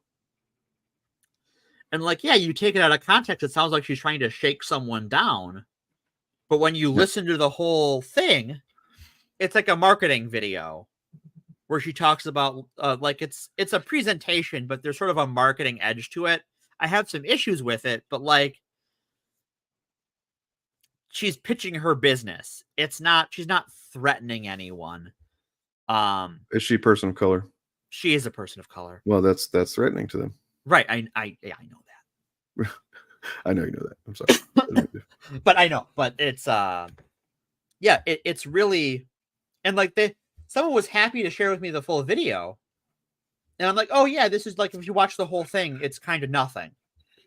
Like, yeah. I do think she kind of gives the hard sell on indie devs, and I take issue with that because I think that giving indie devs the hard sell on money they might not have to give to you that could go into like QA testing and stuff. I'm a little nervous on that. So like, but you know, you gotta sell your business. I get it. So if you look at YouTube, it is everywhere. It is fucking everywhere. You got this fucking huge piece of shit, guys. Huge motherfucking like, scumbag. Oh, this guy is fucking something else. He's a piece of work, man. He is something. But nonetheless, we're going to talk about him on the showcast, I believe. We're going to have to, because fuck. But yeah, it's a big thing. And then of course Toriyama died. So then you get a lot of people using some pretty innocuous tweet that's not even really harsh criticism, to be honest. It's just kind of like a statement of fact, honestly. Where some, somebody that I guess that works with Sweet Baby Inc. Someone that's alleged to work there. Alleged to work there said that Toriyama gave us both the best and worst black characters in anime, and that takes range, is what he says. And they act like that he's just said, I'm gonna go take a shit on his grave or something like that. And no, that's just giving an honest account of what the guy did and shows that he had growth. Yeah, I'm gonna show you in case you haven't seen. I'm sorry for this, by the way. Content warning for some egregious fucking racism shit that like. So if you look at this Hypnotic guy's channel, right? He does this thing where, well, not this, but like not live, but his regular videos. Each one of them has little tiny text of a speech bubble there. It's like, okay, you got the big red and white text, of course. It's a typical chud signifier. But then what is going on here? Well, I'll tell you what it has been a couple of times twice yesterday was this.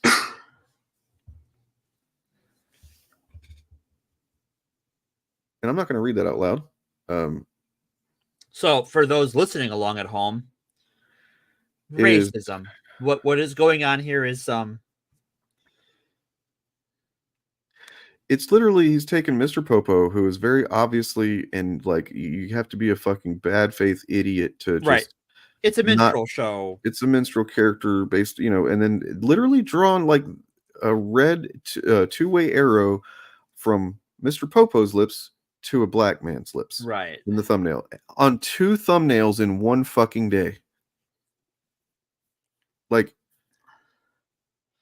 it's absolutely fucking disgusting and astonishing that this is even like allowed. I don't know. It seems like this would be something, but maybe, maybe my expectations for humanity are too high. And yeah, I made a post about it on my community tab because I just was really, really fucking. It's fucking gross. Sorry about that. Yeah, I mean, racism's it's an issue just in on Earth. Mm-hmm. Like, hey, that's good. That's it right there. Anyway, I wanted to. Okay, so I'm sorry. I could either go with the geek getaway tangent, or I can go back to the thinking critical tangent. We can move on from thinking critical. Well, okay, so I just wanted to say that like the video that I took that clip from, that it put it in the Chud Detective skit. He says what he's saying in there is that a couple of years ago, Marvel and DC decided they didn't have enough representation. So far, okay, yeah, that seems to be more or less. Yes, you can say that. Yes, but then they go and they hire all of these slice of life kind of comic or graphic novelists who, they've had some marginal success, mediocre success in graphic novel markets, and then they hire them and they just give them, now that they're just taken over by Marvel, and DC is just full of them now. They're giving them Superman, they're giving them Batman, they can write whatever character they want, and like they're not, they're qualified to write these characters, and it's like there's so many fucking just dumb and disingenuous and bad faith things in those few statements at once that, like, for one thing, who is it? Joshua, what's his name? Writing Batman right now? Is he? I didn't know he was. I mean, he's doing a great job from what I've read. Or I'm sorry, Chip Zdarsky's also writing Batman. Is he a slice of life comic book creator? Who's writing Superman? Oh, it's fucking was Philip Kennedy Johnson. Now it's what's his name? I'm forgetting the names of. Yeah, I'm not reading any DC books, but I'm relatively sure that they're not. Some slice of life not superhero comic book creators, like, he's just saying things, he's just saying shit that like appeals to the people who want to think that their fucking comic books are being written by the queer people, because the name of the video that I was gonna highlight, by the way, is that video that I got that from is Turning Comic Universes Gay, and then has this person, and it says, this is one we watched, actually, remember? Yeah, I remember this one. Writers brag about queering. That's just I don't like that he says that word. I just don't like it. That's not his word. He can't say it. Yeah. It's not his verb for sure. One uses the same sort of language about Star Wars. Yep. And like queering and race swapping. Cool, man. That's fucking. You're definitely not a bigot or anything at all, right?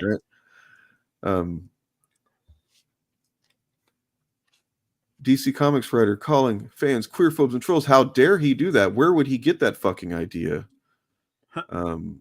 Wherever would he fucking, Yeah, I wonder who said that, asshole. Yeah. Beg harder, loser. Like, he's just got this constant fucking hostility towards the industry. Like, this is not somebody who cares about comics. I've said this before. This is not somebody who wants to see these comics do better than they are. This is not somebody who wants the industry to do well. This is somebody who fucking wakes up in the morning and is already in a fucking hostile, volatile position toward whatever is going to come out from Marvel and DC.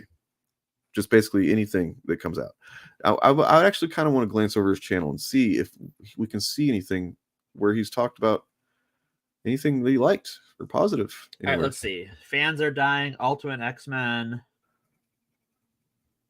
Ultimate Spider-Man stomp. Okay, so they people do generally like Ultimate Spider-Man. Okay, but fair enough. He can't just talk about how much he likes Ultimate Spider-Man. He's Right. got to talk about how much better it is than Batman and everything else. Same thing as this with the fandom medicine. When they talk about a movie they like, they can't talk about it without, shitting on another movie. Right. New X-Men boss blasts comics fans as cretins. Well, he's right. He was right. Brevoort was fucking based for that take. Yeah. I mean, not of course, not all comics fans, obviously, which is what he's implying.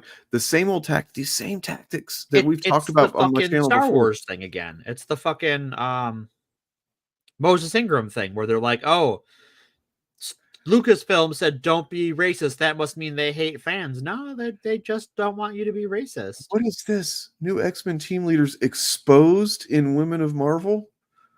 Exposed? Do you know like it was not just like a PR. Oh my god. Like, but yeah, now so we're now.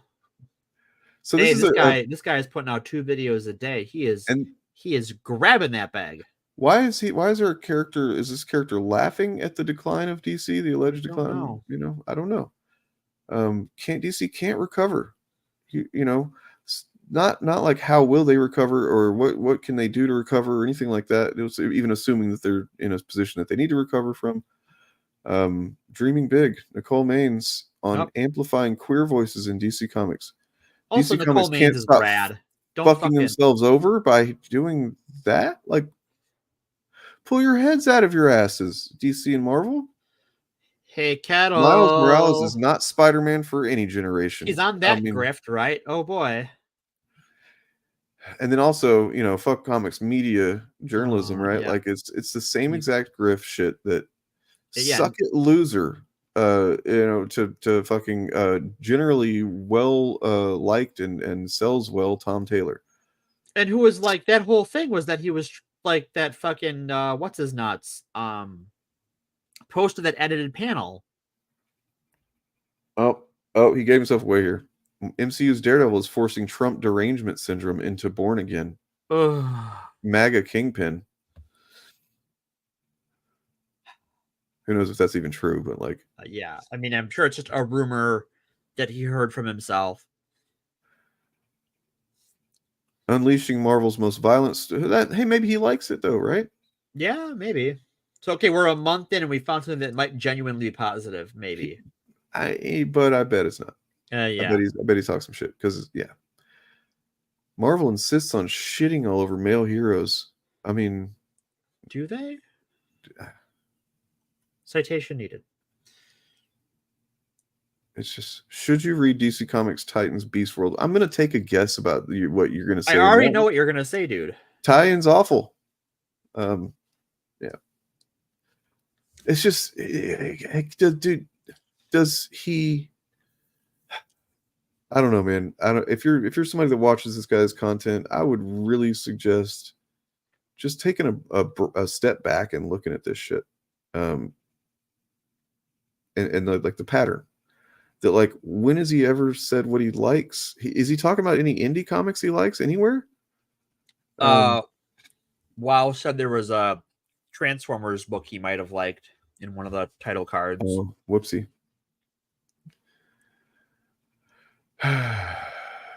Oh, Transformers kicks into high gear, yeah. So he likes the new Transformers book, which makes me not want to read that book now.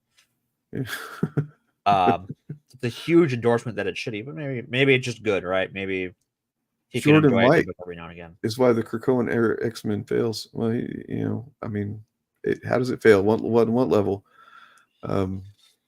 Your personal opinions, because this is one thing I meant to do. By the way, this is the last thing with the X-Men that I want to do, but I think it's important.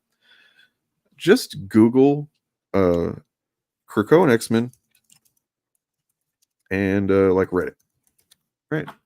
Yeah. It generally, okay, so what you're going to see here is people saying, people who hate Krakoa, please tell me why. Oh, geez. Comments insist this is one of the better eras of X-Men. I personally love it, even if I have a few. Okay. What is up with the hate for Krakoa? I'm so not ready for the Krakoa era to be over. There's no way we're ending Krakoa like this, right? A very brief rundown of Krakoa for new and last fan. In the end, Krakoa. There's a negative one. But that one's 7 months old. Yeah. Why do you like Krakoa? It's a free anarchic society where self-expression and identity are no longer restrained by social. Hey, that's actually fucking excellent. That's description. Yep. Excellent analysis. 2 points. What makes Krakoa so refreshing? You have to actually try to find people who are talking shit on Krakoa outside of like on YouTube. Right. You can, well, and I find, think even some of you these can find threads and threads of people just fucking gushing nonstop. Right. Or even discussions where they're having discussions where they don't like it, like they've got issues. Sure. There's more nuance to it than trying to find things to like insinuate towards, but really just trying to blame queer authors. Yep.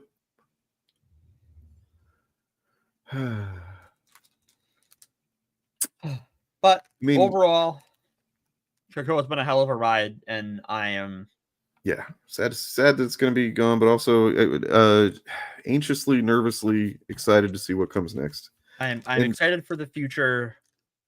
I am happy that it's going out before it wore out its welcome. Because I think there's definitely a risk of that when you do anything this long. I agree. Here's the thing, because if it could, whatever comes next might be my idea of the worst era of X-Men. And then I'm going to make a bunch of videos about it nonstop. No, I'm just going to be like, oh, do people like this? Cool. I'll give it another shot. Maybe I'll check another book out down the road or something like that, because that is what, an X-Men fan kind of just should do. I think if you aren't into whatever's coming out, just take a break, move on. I don't know. Take a break, read some other shit. X-Men's not the only thing. I have to tell myself that every day. Yeah. X-Men is not the only thing, Dane. It's not the only thing in the world. You have people who love you, human beings, flesh and blood. You need to pay attention to them. Yeah. You have shows to do, microphones to sort out, Right. And I'm just like, I get like a deep ring in my ass from reading X-Men comics on the toilet. It's that's your mutant power, is to be able to pull yourself off the toilet when you're reading comics. My foot has gone to sleep a couple of times. I'm not gonna lie. I go to stand up. I'm like, oh my god. Uh-oh.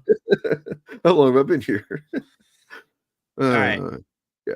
Well, I think we're past the 3-hour mark. And I would like to eat at some point. I figured it was gonna go long, but I kind of figured. So we have more X-Men this month.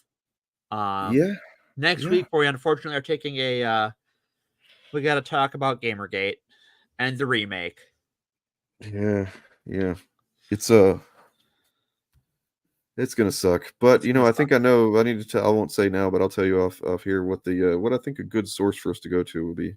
Sure. All right. Hey, hit subscribe, guys. Hit subscribe. Hit like. Check out the Patreon. Patreon.com/actualfandom. Yep, that's it. Also, I don't know if you know this, but I don't know. The X-Men Origins Wolverine sucked.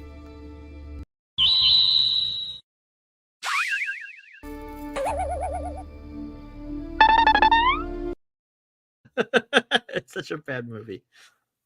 But then after the Gamergate remake coverage, we've got some good shit to talk about. We're gonna force some X-Men back into the conversation because we will have the first episodes of X-Men 97 will be out, and we're gonna talk about that on the 24th.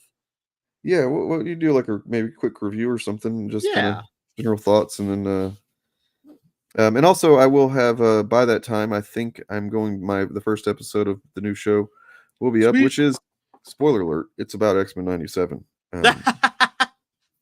And then at the end of the month, I think we're going to talk more about Death in Comics is tentatively what we're looking at, but that might change.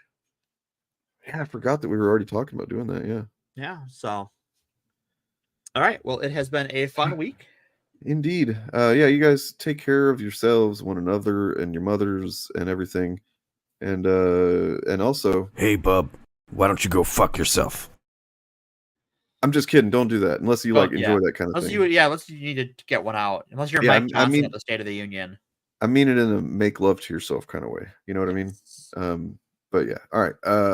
Here's the thing. Peace. Yeah, it's really weird. They're like, Star Wars isn't sexy enough. Also, there's too many women. If you were to take these complaints, we should try this. Like, we should write down a bunch of the common complaints from Shuds and like essentially try to write a movie, or at least some kind of story that with those fucking limitations in mind, right? Like, so got to be sexy women, but not too many women, and the women can't have any kind of moments that even remotely make the man look bad. We have to put on the cap of an insecure man, and because he might see things that regular people don't see, that like, oh, they made that guy look bad. Like, what are you talking about? It's like, oh, well, because she looked at him this way, and that means that he's got a small dick or something like that, you know, because that's how they think. That's how they fucking think about this stuff. She's too sexy and competent, man. So this is the inverse of the Bechdel test, right? I like it. I mean, I don't like it. I like it for the purposes of making fun of it, but I don't like it.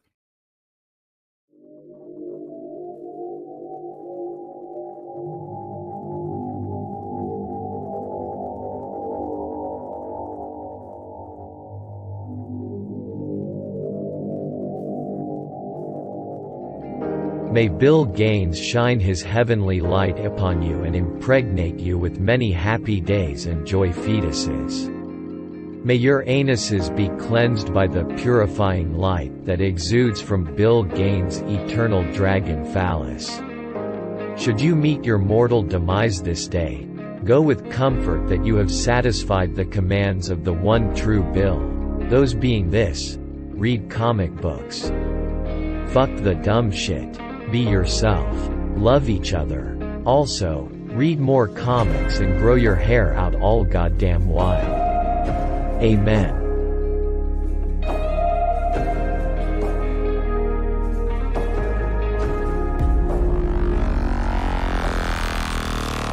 Actual fandom is not going to stop.